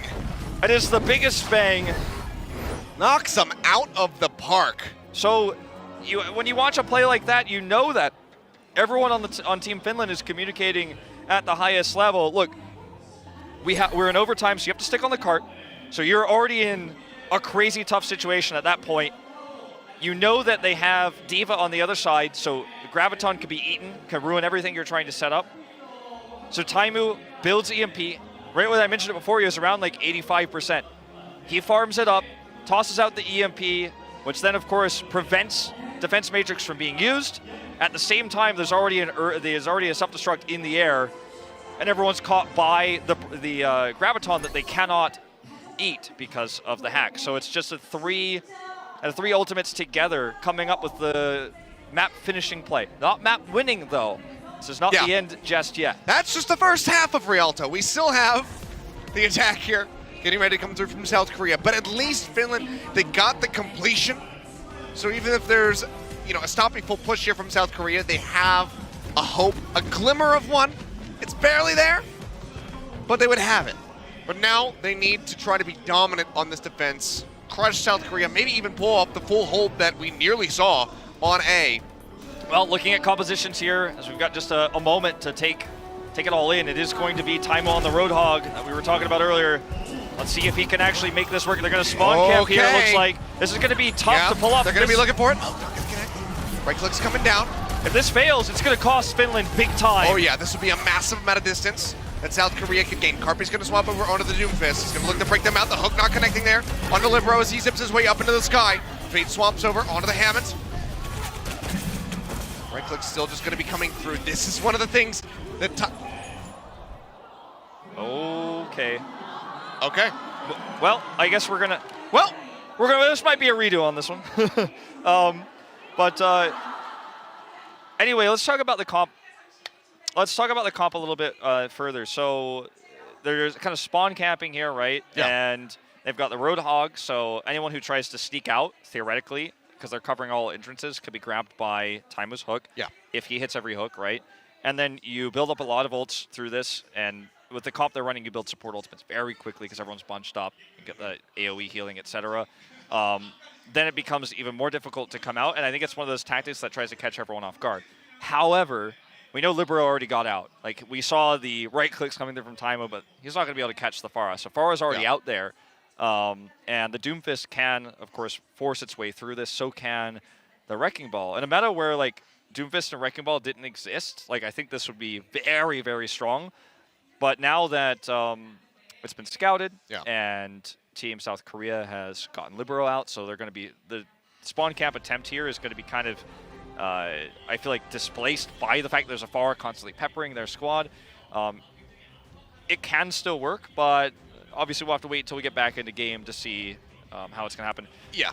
Seems like maybe one of the spectator accounts that we have might have disconnected. I'm not sure. Still waiting on some word here from production to figure out exactly what the issue is, but hopefully not going to be too long for us to go ahead and jump back into that match. Hopefully it's going to be from the same exact point that we left at.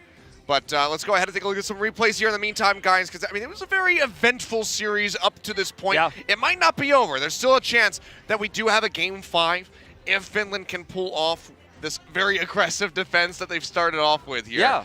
If they can get that full hold or at least just stop them from hitting point C, we will have our first tiebreaker on an extra control map to try to determine who's going to be the winner. And I'm sure Russia's, they're sitting back. I'm not sure if they're still here at the studio or if they went back to the hotel, but they're sitting there watching this. They're saying, like, yes, please, go to Game 5. Let us have that first place finish here on the first day. Yeah, that would be stellar for them. Yeah, when two teams collide like this, then it obviously makes them look stronger in the group-wise in today's standings. I think we are going to finally take a look at those replays that you were talking about. I mean, plenty of highlights. I will be more than happy to go ahead and see that Zappis play again on Rialto, but we're going to wind it way back as we head over to Lijiang here for the moment. If you're just joining us, so you can go take a journey back through this series where we saw Wrecking Ball dominate against this GOAT-style composition. In this case, of course, with the Taimu Roadhog. Carpe on the Doomfist that broke it here with the big pile drivers we were seeing from Bates, the minefields that made it difficult to approach, and we saw the first map go 2-0 to the side of Team South Korea, just through really good pile drivers, the knockups here, setting up a lot of good engages. As Fate was really able to play the first big Hammond now in this qualifier. So now we head into King's Row. We can see it was a similar story, but the play against the Wrecking Ball was much better this time on the side of Finland. They didn't stack up. They didn't all get caught by the knockups. And then sure, this is Carpe popping off here, but when we see coming up in just a moment, Aimu's Widow, that's when South Korea started to struggle because they could not get on top of him. Yeah, and I feel like actually it's one of those rare cases where we can look at every single player on either team and say that everyone has had standout moments throughout this series. I can't think of a single player who, hasn't really had one of those big moments, whether it's in the kill feed or just something neat that they did on screen.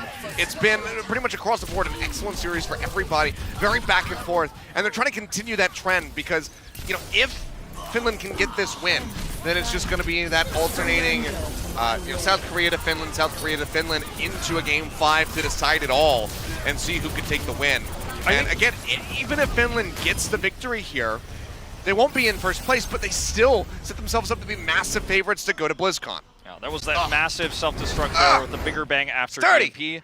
But I think what's really cool about this series is it's two completely different styles. It's more dive-oriented, more aggressive style coming out from South Korea. Finland's playing a more slow, tank-based, methodical, almost deathball-esque style with the goats, with the quad tank that we even saw on our first map there, Lijiang Tower.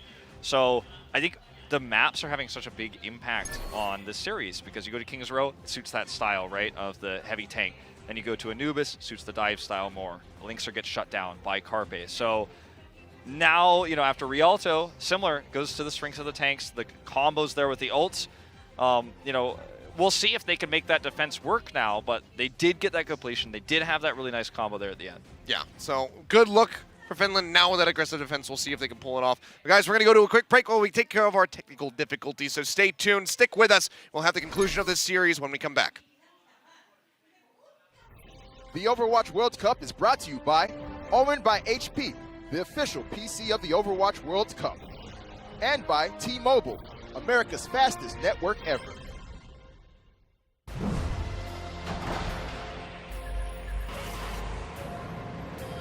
They don't just play for a team.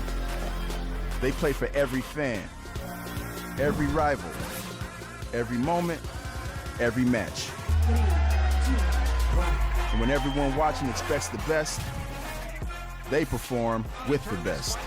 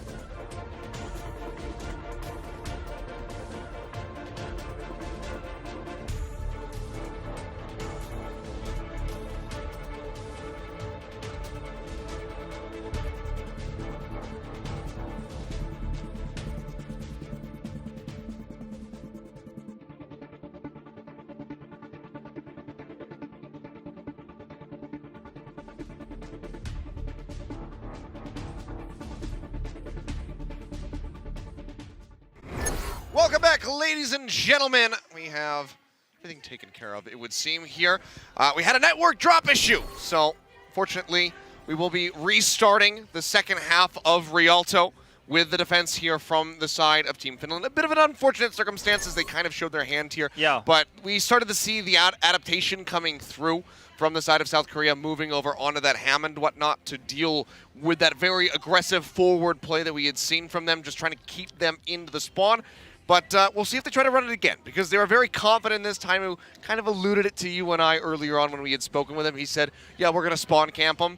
So they're trying that here. Will they try it again is going to be the question. Yeah, when he said that, I didn't know what he meant. I thought he meant that he was just going to beat them so bad they weren't going to be able to get out of spawn. But I think he may have meant it in a more literal sense. They're going to just rush forward. But now that, it's been shown, like, I don't know if it really makes sense to continue to run it, or maybe they can execute a little bit better. Maybe this time they actually, if Liberos tries to get out on the far, they can shut him down. Because as much as we're talking about, like, how this is a really unusual tactic, what Finland was doing, for the side of South Korea as well, now, like, their minds are also thinking, are they going to do that again? Yeah. Or was this a one-off thing? Like, are they going to change it up? So it's kind of a situation where both teams now have to put their thinking caps on a little bit here and try to decide what the best possible composition to walk out of the gate with is going to be. So, timing unfortunate, but at least we're able to recover the game here and get things back going. Yeah, so just giving, everyone's set up right now in the lobby. We're getting ready to go ahead and jump back into this one, so we should be able to kick off Rialto in just a little bit here. Ladies and gentlemen, if you're just joining us, then hey, where you been? It's been a while. I guess it's kind of getting a bit earlier around the world, so some people are waking up and able to tune in and whatnot. But we are looking to get things tied up. If we can have this victory here for Team Finland on Rialto, if they can do that, they would force us to our first tiebreaker that we have had here today on day one. Let's go ahead and see if they can pull that off as we jump back onto Rialto. Let's see what happens. South Korea, do they just end it right here? Or Team Finland, can they go ahead and get the victory? That's what we're going to find out, Achilleos. And, it's been a roller coaster, this series. It really has in every way. It has delivered.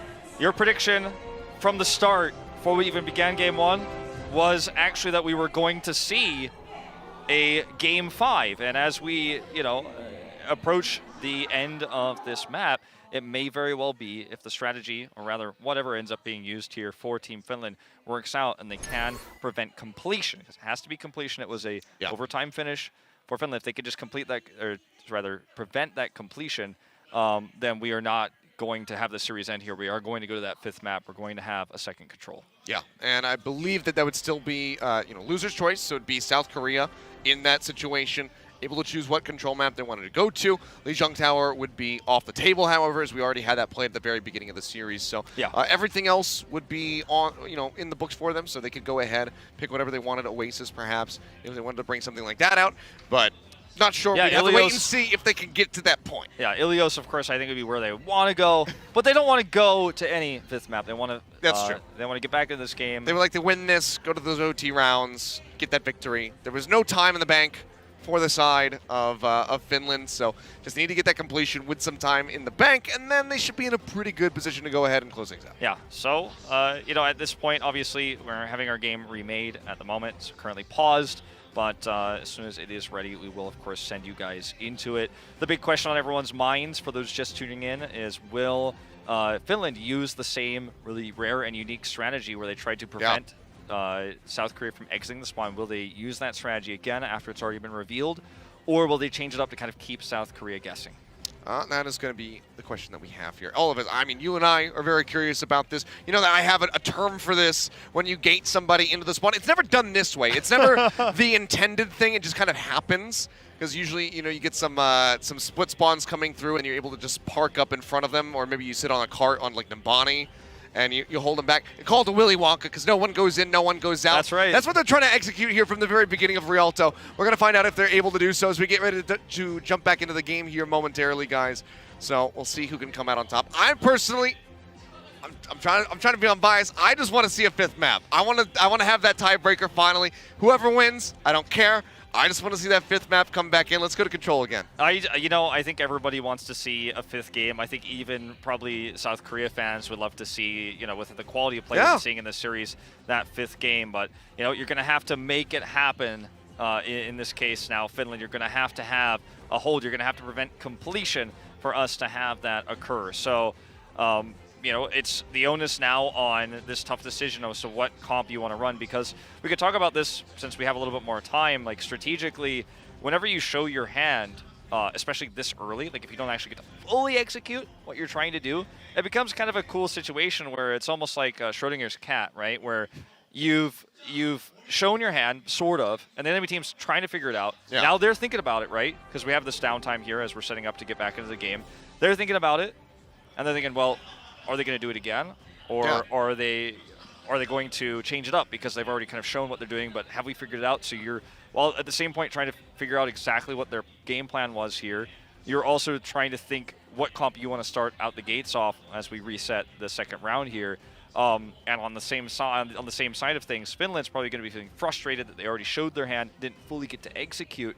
But as you mentioned earlier, it kind of did feel like South Korea had gotten out of the gate, right? They had the Libero swap onto the Pharah, so he was already escaped and out, was able to do extra damage from behind, had the Doomfist pick. So, I feel like we just have to address the strategical thoughts that are probably going through both teams' minds right now in this stressful situation. And it's kind of I don't know how to really else put it, but it's very like you're either running this or you're running that, and they're doing the same to you, right? Yeah. Like, so because when you run a comp like what Finland ran, you could counter it. You can run the the burst to get out of the gate. You can get the Pharah out, but if you run that and they just start with Widowmaker and blow up your Pharah the second, you have to retreat back into the spawn and try to. I mean, maybe that just means that from the side of South Korea, we'll just see the Sombra off the bat, throw down the translocator in the spawn room, sprint out, and try to scout it out and see, and say relay back to the rest of the squad, be like, okay, they're running this, and this, so then let's go ahead and change our comp, accordingly, and try to get that advantage, and then push back out and try to get the completion, because they need it if they want to avoid that 5th and final map. They need to get a point C push. Rialto, we saw from them in their first series today, second match of the day, and it was rough around the edges. They did struggle a little bit versus Chinese Taipei, even though they got that win. So now they have to have a very strong performance here on their own attack if they want to go ahead and close this one out with the 3-1. Yeah, and I just I wonder now, like, what's on Fate's mind, because he's been the player that we've been talking about, I think, the most in terms of South Korea's depth today. And again, it's only been 2 series, but several maps now that we've seen, we've had kind of a better idea and a real official match. I mean, we saw the Runaway versus Team South Korea match that was on your stream very recently. We got a general idea of where everyone was at and what their hero pools are. But now I feel like we have, like, more questions than we have answers for this series, because he's been avoiding the Reinhardt, but he's been also playing the Wrecking Ball. So where is his head at now when they're running Roadhog and they're trying to kind of gatekeep you into your spawn? He plays the Wrecking Ball again, at least he did in our initial iteration of this map, and he's wondering, like, is this a trap? Am I playing this hero? Am I going to get caught by Timeless hooks? Are they expecting me to play this because I've shown it so much now? There's a lot to think about here, and that's why I just want to get back into the game so we can see it play out. Yeah, I mean, we keep kind of just guessing and conjecting about what we're going to be seeing.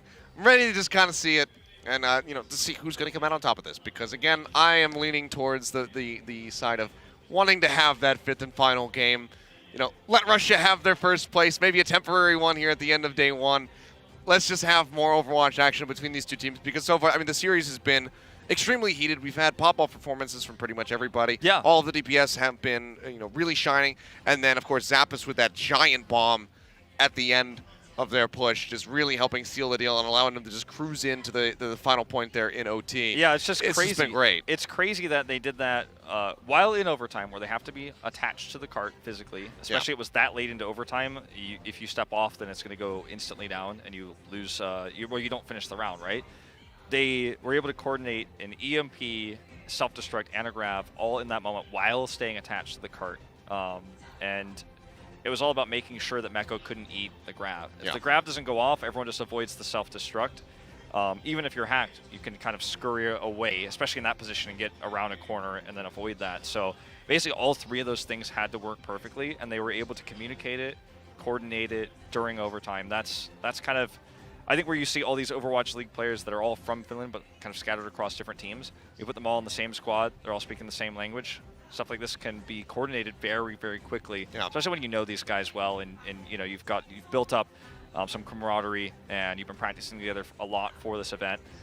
They've probably been in similar situations like this before, and I just love to see at the highest level of Overwatch, like it's almost like art, because you know sometimes you see this like on the Overwatch subreddit where it's like crazy combo, right? But it's like the 1 in a million post. This is actually like a professional game, like played at the highest level, and they're still able to coordinate this. Yeah, it's been really interesting stuff so far. So it's been great. But you know, you talk about these guys being in a similar position. You and I have been in a similar position before here, where we had to fill a little bit of time. If you guys watch Contenders, I'm sure you're familiar. You know what I'm talking about. So we're no stranger to having to just be here and you know, spout nonsense to you guys. You know, it's funny. Last time we were in Shanghai, we had a similar situation to this as well, and you and I were up here for a while. I think it might be a we're curse. just cursed, yeah. You know, sometimes we cast are cursed. People, I think we ourselves as casters are cursed as well. It happens from time to time. But hopefully we'll be set, ready, and can just get back into the game here very shortly, guys. Yeah, I mean, the normal speech we give every time this happens across all esports is, Precisely. You got the vehicle, you know, the PC, etc. Everything's got to work out perfectly. In this case, the network dropped. So the next thing you got to make sure is that everyone has, you know, perfect settings and everything is brought back to its full fairness, right? Yeah. And, you know, we were told as well that the spectators didn't affect anything. It was just the network that dropped there. Yeah. So we're just trying to make sure the game is restored to its purest state to, you know, preserve the integrity of this esport, you know, at its highest level. Because that's what this is all about, you know, making it as fair as possible. Yeah, we need to level it out as much as we possibly can, because it's already a bit unfortunate, like we said, for Finland. So anything else that we can do to make it about as even as it was at the start of that defense is what we're going to be focused on. So that's why it's taking a little bit longer to get these guys back into the game. So just getting everything set up, and then hopefully we can get underway here and close things out. I mean, last game of the day, last match of the day, could be the last map actually here with Rialto. But South Korea, they need to have a dominant performance on this attack if they're going to be able to do that. Yeah, but it's going to have to be, you know, either the breakout of the lock 'em in style that we saw from Finland there, or it's going to have to be, you know, just outplaying in either mirror comp, if that's what Fate wants to do, Reinhardt versus Reinhardt against Fraggy, which is always a tough matchup when you're Reinhardt versus Reinhardt, or maybe just trying to use the Wrecking Ball again, circumvent the Reinhardt that way with Pharah, because that can be very strong. Pharah does a lot of consistent sustained damage, and that's another thing we didn't talk about too much when we saw Libero escape and kind of get up into the sky and was behind that comp that they were running. It's tough for Libero to actually kill somebody. The supports are going to be the target that he's going to maybe be able to two-shot with 2 body shots, but if he hits Taimu, Taimu's just going to be healed up by all the support he's got, the AoE healing, and the burst heals coming out, so plus his ability to take a breather. Yeah. Yeah, I really just want to see how it all unfolds if we do see it again. Well, I'm being told that we have a special interview here. So we're going to go ahead and throw to Malik on the floor. He's going to be talking to our newest caster. It's Jake. Thank you very much, guys. I'm here with Jake. We're just kind of kicking it here. Jake, you just got done with your first day casting, man. How was it, man? Tell me, how's it feel to finally be an official caster now? You've been on the other side for so long, man, so now you're official. I'm not going to lie, I was pretty nervous today, but it was nice to just get your first day out of the way, and people have been so supportive of me online and give me a lot of like good feedback to improve on. So mostly I'm just excited to sort of approach it the same way I approach gaming, you know, like practice, practice, practice, always try and improve. It's like a new pursuit for me, so it's nice to take things at a different pace. I know you, man. You're a bit of a perfectionist, man, when it comes to these type of things. Are you feeling good about your performance today? Do you feel like you did a good job for your first day? Or? So you know, there were parts of it that I felt like I did well, but you know, I'm always focusing on my failures. I think that's the best way to improve. Same thing I do for the game itself. Focusing on ways to improve. Now, all right, man, tell me about your experience here in South Korea. This is your first time as well, right? Because I know this is my first time. So how's it been for you, man? You been enjoying your time here? I absolutely love this country. The food is absolutely amazing. I don't want to leave. Unfortunately, I'll have to eventually, but Yeah. especially the fans. I mean, it's so amazing to come to like the birthplace of esports, you know, and meet so many people who are just so passionate about gaming, about Overwatch. It really reinvigorates you. Right. You got lots of fans out here too, man. So many. Yo, this man Jake walking around with like bags of gifts he's getting from the fans and stuff, man. It's got to be humbling, right? I mean, you know, that's one thing I always talk about is just like trying to not let it change you. You know, like you have so many people who support you, and it's just important to remember that they're the reason you're able to, you know, have this job, right? That like without the fans, we can't be up here, you know, having such a good time, playing the games that we love. And for me now, casting, it's you know, you always have to remember why you're able to do this and why it's the support of all these good people out here that lets us be here. Yeah, man. Never forget about the fans and the supporters.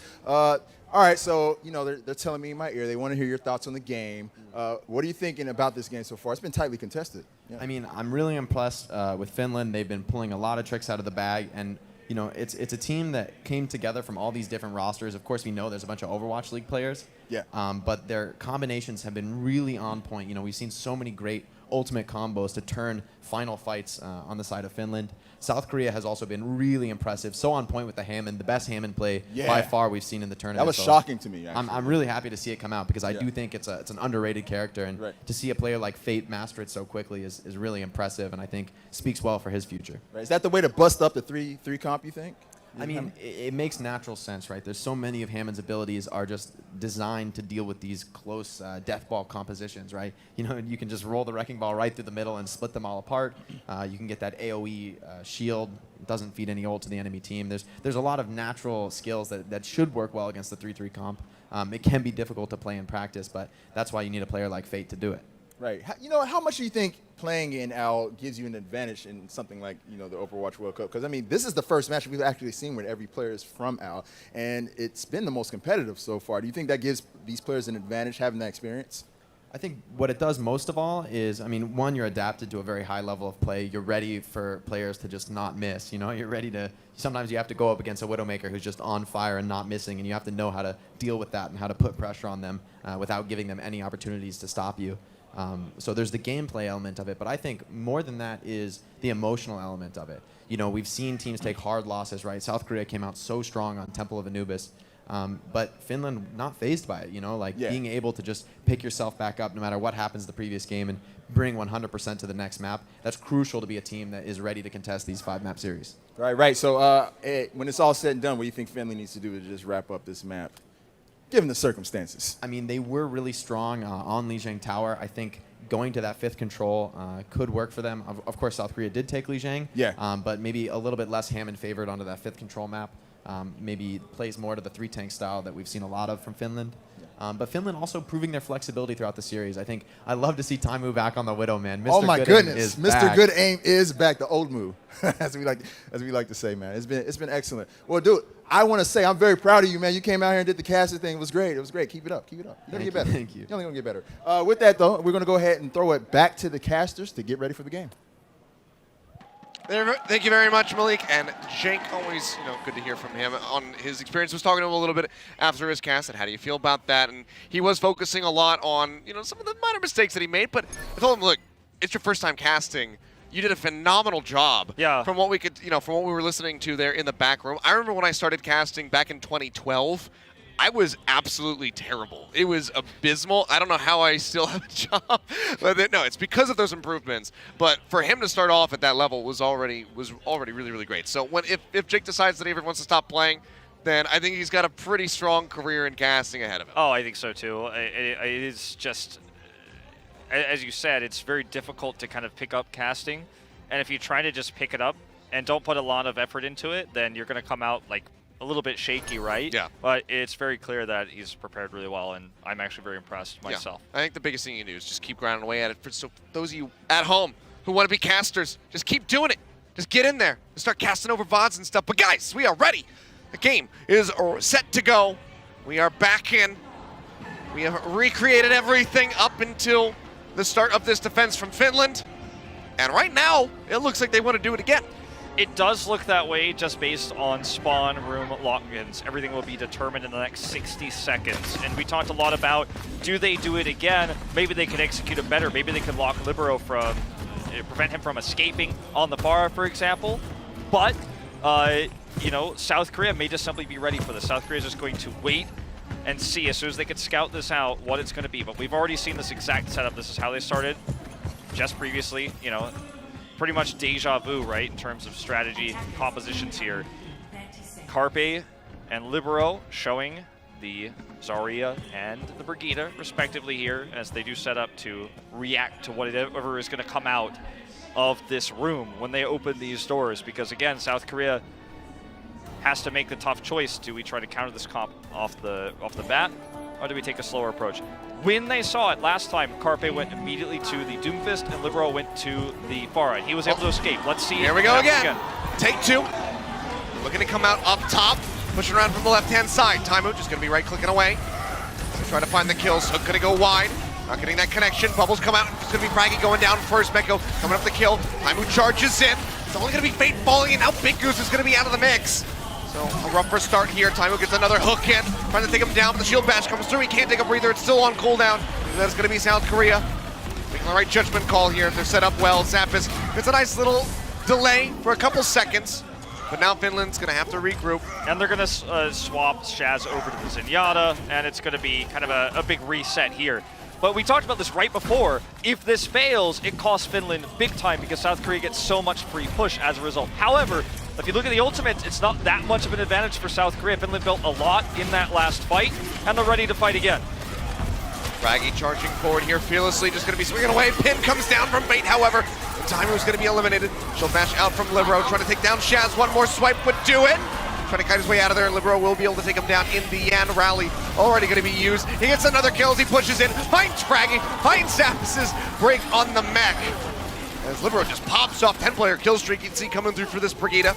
If you get a slight advantage, like the pin that we saw there from Fate, then Brigitte could just do so much against this composition because she's nigh unkillable. She just swings with the left clicks, gets the AoE heals, and then suddenly everyone on South Korea is on fire. Everyone's got ultimates. Fraggy at 15%, of course, at this moment. And that's not going to be able to contest against Fate if he gets into position over the shield. Get that nano boost going down. Johnny tossing that one out in onto Fate. As the Shatter ready to go, swings up. Graviton Surge now coming through. Fate trying to stay alive. And they manage to stick through here. Shaz, Lynx are both going to go down. South Korea looking to go ahead.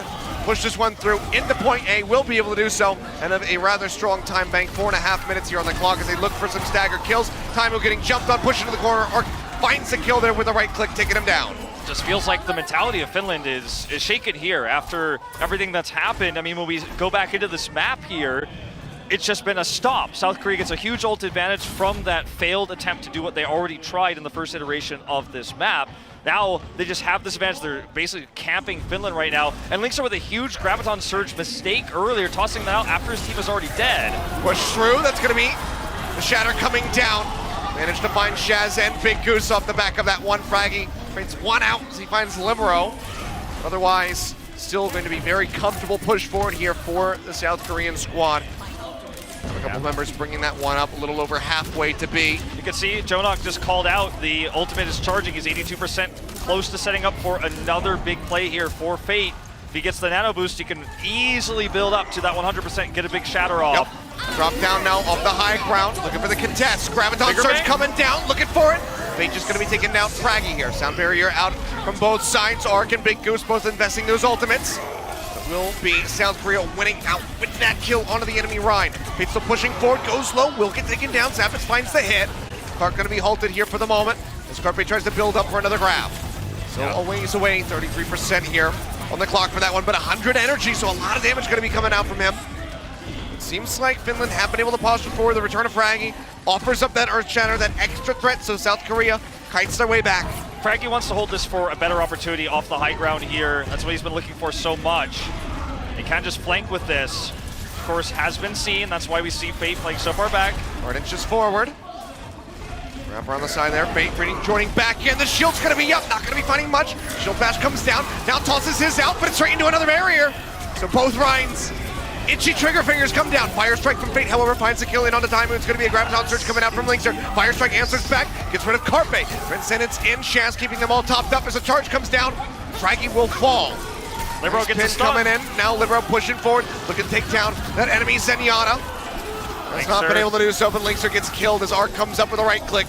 Taking him out. Zap is pushing forward, but no HP here on the mech. Will get taken out and taken down. That's going to be a should be South Korea pushing forward here for this point B cap. A lot of time going to be in the bank, and that's what they need, is to finish with time in the bank. Finland now has to play insanely ult efficiently here with what they have, and that means that the next attack for South Korea cannot end up in a combo. Otherwise, they're going to find themselves behind for the rest of this map. It's big six here from South Korea. They have every ultimate ready to go. Gildanite going to be tossed down. Shatter coming out. It's Fate huge. locking them up. Zappis gets rid of one as Donut falls, but now it's going to be Bigus. It's going to be Fraggy. Fate tries to get the pin. Not going to find it. Neko takes down Taimu. 3 members down on the side of Finland. The cart still has to go to the distance. It's still got a little ways to go, but 3 minutes on the clock and so much time for South Korea to try to get the completion here on Rialto. That's right. They've got a rally as well, which will really bolster this push. They still have 3 minutes to build a second one, so I think Libero will use that fairly soon here. Yep. Okay, rally out for Taimu. Let's see if Libero matches it. He will. Also that, yeah, Libero going to be answering the call. Fate swinging away, trying to build up for that Earth Shatter. So far, it hasn't really fallen dangerously low at all. Now we'll get tagged up below half HP. They push him back. Sound barrier coming out here from Mark, trying to keep him in the fight. It's going to be an exchange on the Reinhardts as they both go down. Fraggy dangerously close to that Earth Shatter. They need that to try to shut out South Korea as they're entering into this choke point. This is such a huge moment here for Finland. They have to get a good grab here. Needs to be massive, or else they're going to not be able to buy enough time to have they're going to have a significantly inferior time bank. It's going to be a kite back here for the moment. Fate comes back in, halfway to that Earth Shatter. Fraggy's now online. Can they get another bigger bang coming through in this choke? Could break the barrier. Coalescence coming down from Jonak, Stunt and Fraggy. Gonna be dropping it down, looking for the hits, but so far no one dying on either side. Fate falls dangerously low, will get taken down. Taimu finds that opening shot. Self-destruct, not gonna get anything here from Meko, but he makes it back into his suit. Fraggy gets a pin there on Libero, taking out the enemy Brigida. South Korea held at bay for the moment. Clock getting drained down a bit, and now they're looking for the staggers as Jonak will fall. Incredible play by Fraggy there. Mid-air blocks the self-destruct attempt, and that's going to be a huge momentum shift, because if that goes off, if he can't block that, if he dies, or anyone else, because he doesn't get that barrier up, well, mid-air, mind you, if he doesn't get that off, then South Korea could probably finish the map. Now Meko has wasted a huge ultimate that could pair with either the Shatter or the upcoming Graviton Surge for Carpe. So South Korea has to now get to the cart, first of all, and then win a fight. Rallies out from both sides, the Shatter coming out from Fate, locking out multiple, but the kills are not there. They put back stunned up by the shield bash. Taimu keeping him at bay. Pin looking for the hit there. Fate not gonna find it. And he gets taken down. Fraggy with the hammer swing from behind. Will go ahead. Knocks him out. Links are traded out. Rez will come back through. We'll have the faster run back. Fraggy playing forward. Has a shatter of his own. Gets stunned up. Manages to stay alive as the barrier comes up, but it's weakened below half HP. Has to play very carefully with this one. Yeah, he's got to be careful of the next sleep dart too. He's been caught by quite a few of those, and that could actually spell disaster. I mean, Finland's gonna have an ult advantage here. Yep. They might actually be able to pull off this hold. 35 seconds left onto the clock. Fate still so far away from a shatter. Fraggy looking for an opportunity. Tosses it down, and the shatter is fed! Libero gonna be the first one to fall. The sound barrier comes down for Mark to try to keep him alive, but it's not gonna be enough to get the ride to the fight. Carpe so close to that Graviton Surge. Gets taken down, the fire strike from Fraggy, claiming the life of the Zarya. The charge forward from Finland here. I think they might have done it. Arc is gonna have to get everyone there if he can with a speed boost. Fraggy's the target, but the point is where they need to be, and they are not. A healed and eye onto the Rhine, but that's about it. They're just trying to keep Meko away. They knock him out of that one. The self-destruct gonna be tossed in. Block up from the barrier. The rest of South Korea pushing forward, but Libero goes down off the start. Fraggy finds another pin kill. Fate playing forward, 15% left to go. The grab comes down. Sound barriers in from Finland. Good block by themselves Fate. alive. Fate turns around, yep, with a barrier, blocking out that self-destruct. Shatter comes down from Fraggy, locking him in. That's Meko out, that's Fate dead, that's Carpe gone. South Korea, they might be getting taken to a game of 5 as Arc and Jonik both fall. Meko will go down, Libero with the swap, won't be able to do anything. We're all tied up, it's 2-2. If anyone has ever questioned Fraggy's prowess on this Reinhardt, I think that they will rethink their opinions after watching this match tonight. Fraggy has had absolutely total control of Rialto in terms of shatters, blocks, his defense of Meko's Diva bomb that we just saw mid-air, the block there with the shield to prevent the self-destruct from getting massive value, then shifted the momentum. He was operating on the high ground consistently so that there was always two threats. One, that he would of course just drop down and shatter the front when the barrier was broken, which Finland has operated really well around defeating the barrier there, destroying the barrier of Fate. So that was one thing they were playing around, but they also had to, South Korea had to prepare for the possibility that he dropped behind them. So it was a really good positional setup there from Team Finland, and it's just back and forth maps traded here. 1-to-1, 2-to-2, 3. Now we're headed to 5. It's not going to be 3-to-3 because this is the last map, but it was Finland's map style, and Fate comes up empty on the Reinhardt. Fraggy is the better Reinhardt here tonight, and it shows. Now we're going to that second control map. Yeah. So not one, but two losses here for South Korea. More than ever before, because there was none before that. This is the first time that it's happened. Now they're taking it to Game 5. They still could lose this series. They managed to get the victory on Lijiang Tower. It was a 2-0, but that final round was so damn close. It was 99 or 100 to 99 really there in the end. So down to the wire for South Korea to be able to get that win. Now we got to figure out what the map choice is going to be. It's going to be back into their favor as they were the losing team on Rialto. So they get their choice of control maps to try to close this out. So we'll be coming into it with that advantage. But, absolutely fantastic for Finland to be able to get that win after all of the, some of the issues that we had. And you can see it right here, guys, on your screen. It will be Nepal. And remember, this map is very, if the group goes according to every analyst's prediction, if you go to the SR seeding and what we've seen from today, the winner of this map is likely to take first place in this group. So this map is very, very important. And of course, with the scoreline here, as you mentioned, Russia will have the higher seed into today's They can final. bask in the glory, at least for a moment. But at the end of Sunday, if things continue at this pacing, this map is going to be the one that people remember, because it was going to be the map that gave either potentially Finland or South Korea, potentially, again, just to put the asterisk there, the undefeated group stage score. Yeah. Now we're going to Nepal. This is a map where several different tanks are viable as main tank. Fate's going to be starting with the Winston. They're going to do the Protect the Carpe on the McCree. And Finland wants to put Taimu onto this Roadhog for, once again, quad tank. It's going to be without a Brigida. So if Carpe can burst these tanks down with the help of Jonok, then South Korea can take control. But if Finland gets on the point, it's going to be so difficult for South Korea to approach. Okay, so they're not working their way straight up the usual way. They're going to be wrapping around onto the high ground here. Right-hand side push. They're going to spot out. They're going to get some hooks. Accuracy from Taimu there on Rialto wasn't the best with this pickup. We'll see how he's going to fare now on a Paul bubble. Already going to be used here by Fate, tossing that one down as he gets up onto the point, trying to stop this cap from coming through. Halts it here for the moment. Neko as well playing forward, but nearly the break. Onto the suit there. He kites his way back. Will get healed up in time. So we'll be staying alive, and the cap is here for Finland, so they'll start moving up. There's just so much sustainability with the comp that Finland is running right now, so it's difficult for Carpe to actually get those burst kills, even with the Discord orbs. Here's a hook. Yeah, hook comes down, but Meko, again, zips his way out, keeps himself safe.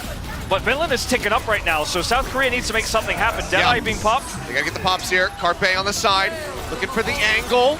Gets a big amount of damage there on a time move, but it's not going to be enough for the finish. Now Fate goes down, and Linkser comes around from the side, gets a flank there, and catches the McCree off guard, so Carpe will fall.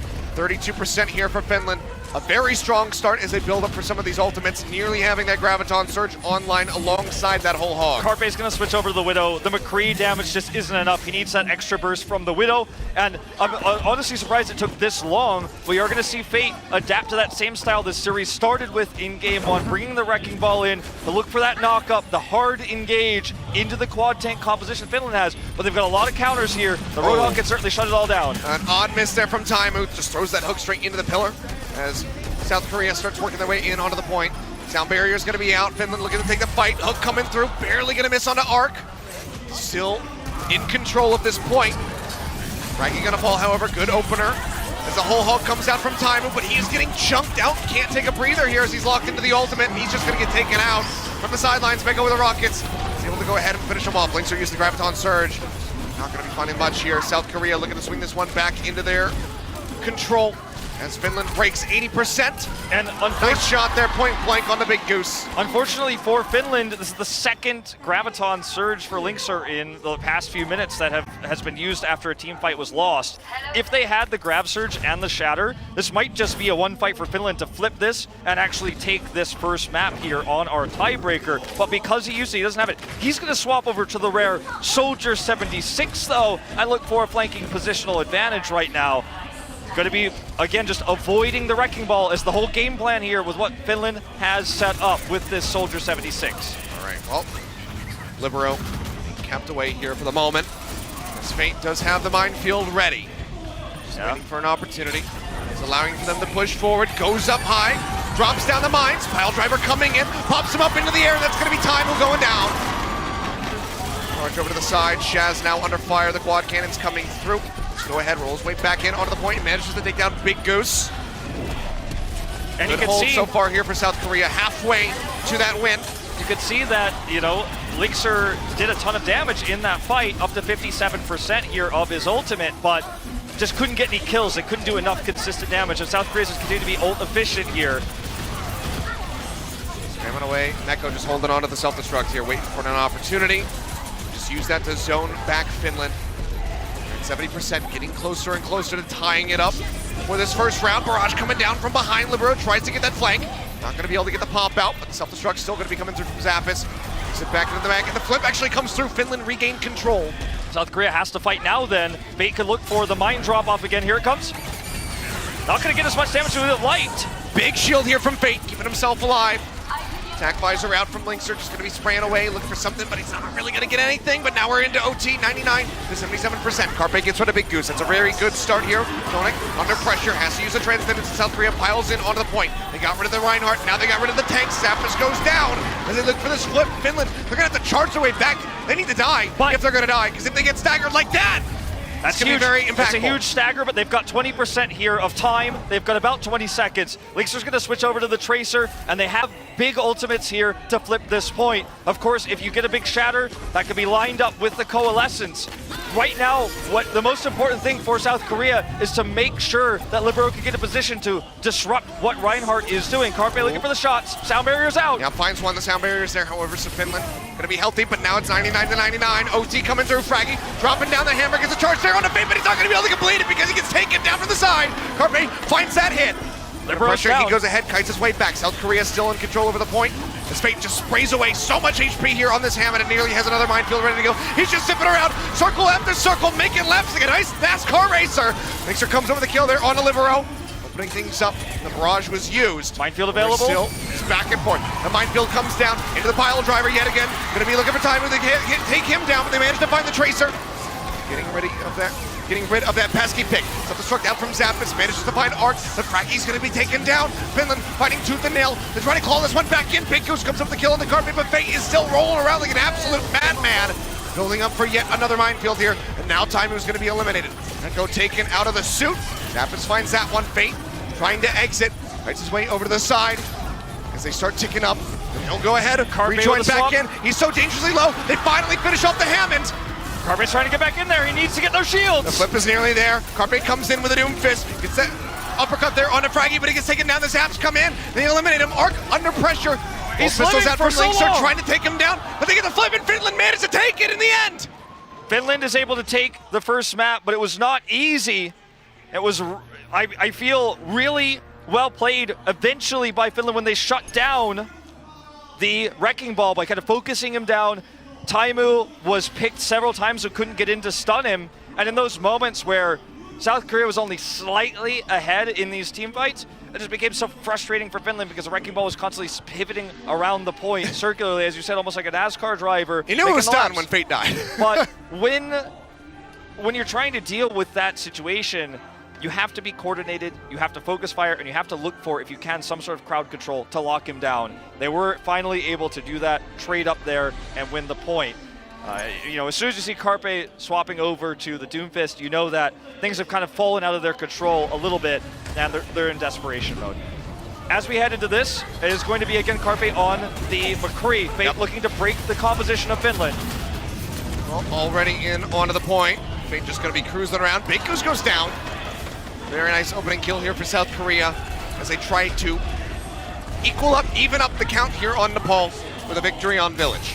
Libero still just going to be poking away with the rockets. Another pile driver in from Fate as he builds up very rapidly for another minefield. Falls down low. Half HP onto him. Libero managed to find Shaz. Boops his way back. Stays alive. Pocket coming through from Arc. Just keeping him in here. But Finland, again, get that initial cap onto the point. Yeah, and they are going to have Fraggy's shield get taken out, but Carpe's is not in position to capitalize on this. And Libero can't get a barrage off just yet. The defense matrix is there, but Zappy's D-Mag now. Yeah, see the minefield was used. Barrage coming down. Libero, he's going to be fine in 3. Back to back to back. As he takes him out. Echo knocked out, but that's about all that Finland's able to claw back here.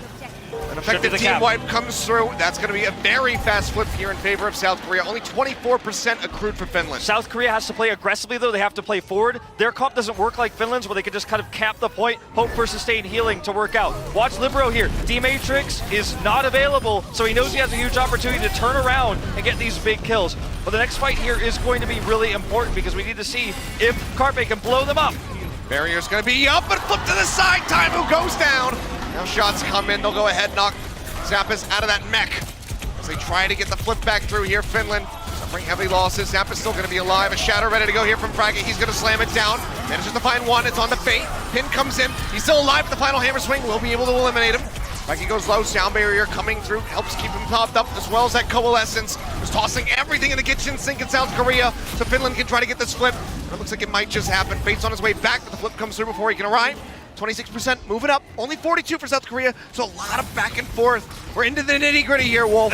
We certainly are. I mean, Carpe used his Deadeye there. It was shut down. Finland's now in their home turf. They're able to fight now. The turtle concept here, what we are seeing, sustained healing, fight in this position. How can Carpe do damage? How can Libero scratch the surface here with this good of coverage that Fraggy is providing right now? He's trying to get an opportunity. Look at Fraggy. He's got the shield up, but is low and running out of energy. He's just trying to go ahead and weaken that one. Looking for the bigger bang right now. And they're going to find it. There's going to be Fate going down as well as the pop out here. Meko, however, has his own self-destruct. And Libero, he is trading it back. He finds another one. Knocks Zappis out of the mech, takes out Shaz and Taimu on top of it. South Korea on the back of Libero's Farah at the moment as they look for this flip. Every single second that Finland could buy here, the one they got from Big Goose, it's all huge here because they need to reset on the point. Right now, remember, they're trying to approach with a slow composition. Libero's trying to do as much damage as possible, build for another barrage here. He knows there's no hit scan on the other side. He knows there's no one who could knock him out of the sky. So look how forward he is playing, just looking for damage, building, farming this ultimate right now. Speed boost coming through. Taimu falling low, gets taken down. The pile drive from Fate shuts him out. We're all tied up now. And South Korea maintains control, shutting out this pushback here from Finland. Finland, again, the same thing is going to happen. We're going to do the rinse and repeat here. They're going to try to approach with speed boost. Oh, I take it back. They're going to swap up the composition because they can't actually deal, I think, with the Farah with this comp. They've been shut down once. They could be shut down twice. And once they're weakened, Fate just finishes them off. But look at this. Deadeye can scout them Deadeye out. comes through the bubble. Perfectly placed, Fraggy. That was so clutch. That could have been an absolutely massive play here from Carpe. He still manages to get the kill over, taking down Linkser. Another barrage here from Libero. Gets rid of Fraggy. Bubble had already been used, doesn't have it to try to deny the damage away from that barrage. The rest of Finland fighting tooth and nail to try to get this flip through as it's 99%, but they can't even get onto the point really. Big Goose manages to tag in once. Taimu going to be going down. I think we're going to be all tied up here though. And we are 100-64. One final round of Nepal on Sanctum to determine it all. It's the storyline here of the unstoppable force versus the immovable object. We're seeing the comps here based around Fate's Wrecking Ball for South Korea, running dive, protecting the McCree, doing that burst damage, trying to disrupt the formation of Finland is South Korea's style, whereas for Finland, it's the complete opposite. They want to anchor on the point, sit up with those heals, survive through the dives, build up ultimates, and trade ultimates efficiently. That's the idea here. As you can see, Carpe, when given opportunities, does blow them up there. Yeah. Take a look at that replay. But now we head into Sanctum, and this is going to be the most unique of all the maps because dive isn't really that viable here. I think this is going to be, Fate's going to be super tested. Yep. The big question was it going to be Orisa or was it going to be Reinhardt? The answer, we've got it, it's the Orisa. Yeah, going for the Orisa, but Finland is going to be going for the Winston, but also Linkser on the Soldier 76. So experimenting a little bit, they're trying something different. The McCree not working out so well for them there on Village. So now a little more self-sustainability with that Soldier 76. He's got the biofield, but Carpe, he's over onto that Widow. He's sniping out. He's looking for those headshots. So far, has been eluding him, but Jonak, we know. The Zenyatta sniper comes up big, gets the kill there on the Big Goose, and now Carpe's going to be unleashed. Gets rid of Linkster. He's looking for Shaz. Can't quite get those shots in, but Shaz is going to be taken down in the end. He just goes off the side of the map, trying to reset with the rest of the squad. This is a really unfortunate position for Finland. Looks like they want to stay with the same composition. Fraggy likely to stay on the Winston. Linkster provides so much extra healing, but as I say that, they change their minds. He provides extra healing with the Soldier, can help deal with the Pharah, but they're just going to deal with the Pharah with Taimu instead. He's more consistent at shutting down a Pharah than Linkster is, I think, on Soldier 76. So that's the plan here. That's the play. But Carpe's the first to go down. That's going to be the res, though, for Mark. Just goes ahead, pushes that one out. Meko taking a smattering of damage, but Carpe dead again. Linkster gets the double. Taimu getting jumped on. Libero able to get the execution there, but Humpbait going to be down. Storm arrows come through for the Hanzo. But you can see here, it's just too heavy of losses for Finland as Big Goose goes down to the backside. Shaz in no man's land. And the problem, just get eliminated. The problem for Finland is this is not the style they've been running all day today. This is not a style they've been comfortable with. This is not the style they prepared for South Korea. But as we head into Sanctum here, they have to run something different. They can't just run the Reinhardt against the Orisa. They're going to get yanked off. They switch over to the Winston. Fate's now matching them, of course, because the Orisa not as effective against this style of play. And they don't have any initiation on their ultimates to take control of South Korea's defensive positional advantage. It has to be mechanical outsnipes with Taimu and Linkster. That's what they're reliant on. Well, they're on the approach, and Taimu opens things up a bit. Barrage coming down from Libero. So far not finding anything. They deny it all the way, and they get the kill. That's going to be 2, and Taimu follows up onto Arc, so now there's no res available, and the Valkyrie was burned. Linkster gets Carpe. This is going to be a massive opening here for Finland as they try to get the flip. Minor little delay coming through from Jonak. But here, close to the final hour, they get it, 84%. Libero going to make the swap over the Tracer. His barrage was pretty risky, and that usually kind of indicates that we're going to see a hero swap coming through, as Farah just wasn't able to compete anymore when Time was on the other side with the Widowmaker. So now they've got the support ultimate here to lead into a point take. It's not going to be easy. Libero wants to get an opening kill. If he can do that, then they can look for that fight. Okay, he spots the team on the back end with the Sonic Arrow, keeping tabs on them, and Taimu also has the infra sight up now. So it's just going to be a shift around to the backhand side here for South Korea. As they poke their way forward, Linkster looking for the hits. Dragon Strike set and ready to go, holding it here for the moment. Dive goes into the back. Shaz going to find the kill on the Fate, and now it's going to be Libero going down. Great hold to start things off here from Finland as the Primal Rage gets invested from Fraggy. Looking for a couple extra hits, but let's just see South Korea. They're chasing in, they're looking for some more hits. Linkster finds Jonek, gets taken down by Carpe, but extra staggers coming in, allowing Finland to gain more and more percentage. Dragon Strike still held. South Korea is going to need, as we're going to see these kills here from Shaz, South Korea is going to need to get an opening kill, and that's just going to be so difficult right now with the comp they're running. It has to be Libero, it has to be him, or Carpe flanks and gets a kill into Taimu. Then they can look for the bigger fight because they're still holding that Transcends. That sustainability wins them the longer fight, but a pick is required. Oh, Taimu. Honestly, a rare miss from him. Doesn't find it, and yes, Shaz gonna get taken down as he's at 99% of that Transcendence. Big opening there for Carpe, and now Big Goose is gone. There's no supports here for Finland as they try to maintain control, and now it's no main tank. The D.Va getting burnt down will also be eliminated. So a flip coming back through right as they exceed the percentage established by South Korea. And look at the ultimates, it's a big six as they get this flip. 89% for Finland. They need to invest everything. They need to get this flip immediately. And they're going to have to use probably Transcends to get onto the point. And if anyone dies on the approach, it might just be lights out. Here's such Libero. An efficient take. It's going to be Carpe throwing up the infra sight just to spot them all as they try to push forward. Fraggy falling low. That's going to be the pulse bomb out, and Big Goose goes down. Libero pushing forward. It's into OT. Taimu finds one, gets rid of that enemy tracer. Carpe looking for some shots there on a Zappis. Taimu now going to be eliminated. Meko comes up with a kill. Carpe charges forward. He's looking for somebody who's going to have to be the D.Va, who's alone in onto the point, trying to get that flip. Zappis throws down the self-destruct. Rights around the corner, makes it back into the back, and Fraggy gets rid of Carpe at the same time. Join, however, from the side of Fate, jumps over with Meko, just trying to burn through the tanks here on Finland as Zappis falls out of the back. Linkster gets rid of Jonak, his swap over onto the Tracer, nearly has a pulse bomb ready to go, but he's going to need a massive one. Looks like if he turns this one around. Linkster's still in onto the point. There's so many people here. Taimu gets rid of Arc, Fraggy rejoins, pulse bomb comes out, Meko throws down the self-destruct, but he's going to get taken out. He can't make it back in, the flip comes through. Now Fate joins in, they're moving up. Finland, can they pull this off? He should probably not have jumped in there because now he's respawning and Finland's about to finish this map. Now he's dead. He's going to have a getting poked out. If he waited. tags in, but now he's going to go down. That's a massive stagger. Jonek shredded. We'll get the shielding back in as he tries to stay alive. Libero goes forward, forces out the recall. Arc up into the air, just trying to stay in this, trying to keep it contested. Primal's out. Primal range out, jump into the back, Shaz. Shaz, left heal on. up. Here we It's the go. Primal range, he's trying to stay alive. Primal's gonna expire. Time goes down, Zap is knocked out of the mech. Will get burned down as Arc finds the kill. They're looking for the foot, but I think they might find it. South Korea grinding away to the bitter end, but it seems like they're gonna be able to get it. The foot comes through, the OT plummets, and South Korea, in front of their home crowd, will be able to close out the game here. Finland, they get so damn close, they deliver not one, but two losses over to the side of the South Korean squad. History was made tonight by Team Finland. They took those 2 maps, and they were so close to being the first team to ever defeat South Korea in a group stage of the Overwatch World Cup. But it's not going to happen tonight. They are able to buy enough time. Fate was in so much trouble when he died there at 99%, didn't have the Primal. He needed his teammates to buy time. He needed to come back out of the point, pop that Primal, and force a longer fight.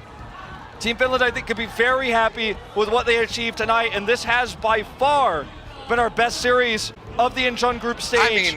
It doesn't get much better than this. And now, South Korea with this monumental win, you can see the frustration on Taimu's face. They move forward, very likely to solidify their position in first place in the group. Not tonight, but as they move forward in the group. This was their toughest opponent, and they were able to pull out the W. But now it's really going to be about Russia. They're going to be the X factor in all of this. If they can take down Finland or South Korea, then they set themselves up to be that first or second place squad moving forward. It would take a massive upset, really, for them to lose at that point. So they're still in this. They're going to have the first place spot to start things off here on day 1. For how long they're going to hold it, we don't know. We're going to find that out tomorrow. But guys, we are standing by with Malik on stage. He's got another interview prepared for us. Thank you very much, guys. Arc, never in Overwatch World Cup history has Team South Korea ever lost a match. You guys came very close, though, just now against Team Finland. What do you think they did that made that match so close? I think, we knew that they were gonna do really great, but we didn't expect it that much. I think we thought that we were gonna win 3-2 or 3-1, but it's gonna be going smoothly than like this. So I was kind of so nervous about it after fourth match actually. Right. Have you calmed down a little bit? Your heart's probably beating real fast. Let me feel it. Oh, it's racing. Oh my goodness. All right, so you guys were the first team here at World Cup that we've seen implement Wrecking Ball into the strategy. What is it about Wrecking Ball that you guys feel really benefits your team's playstyle? I think one of the factors is that actually NX still is the team that really doesn't help the Winston, I would say. So I think Fate, because Fate was in the team that really helps Winston a lot.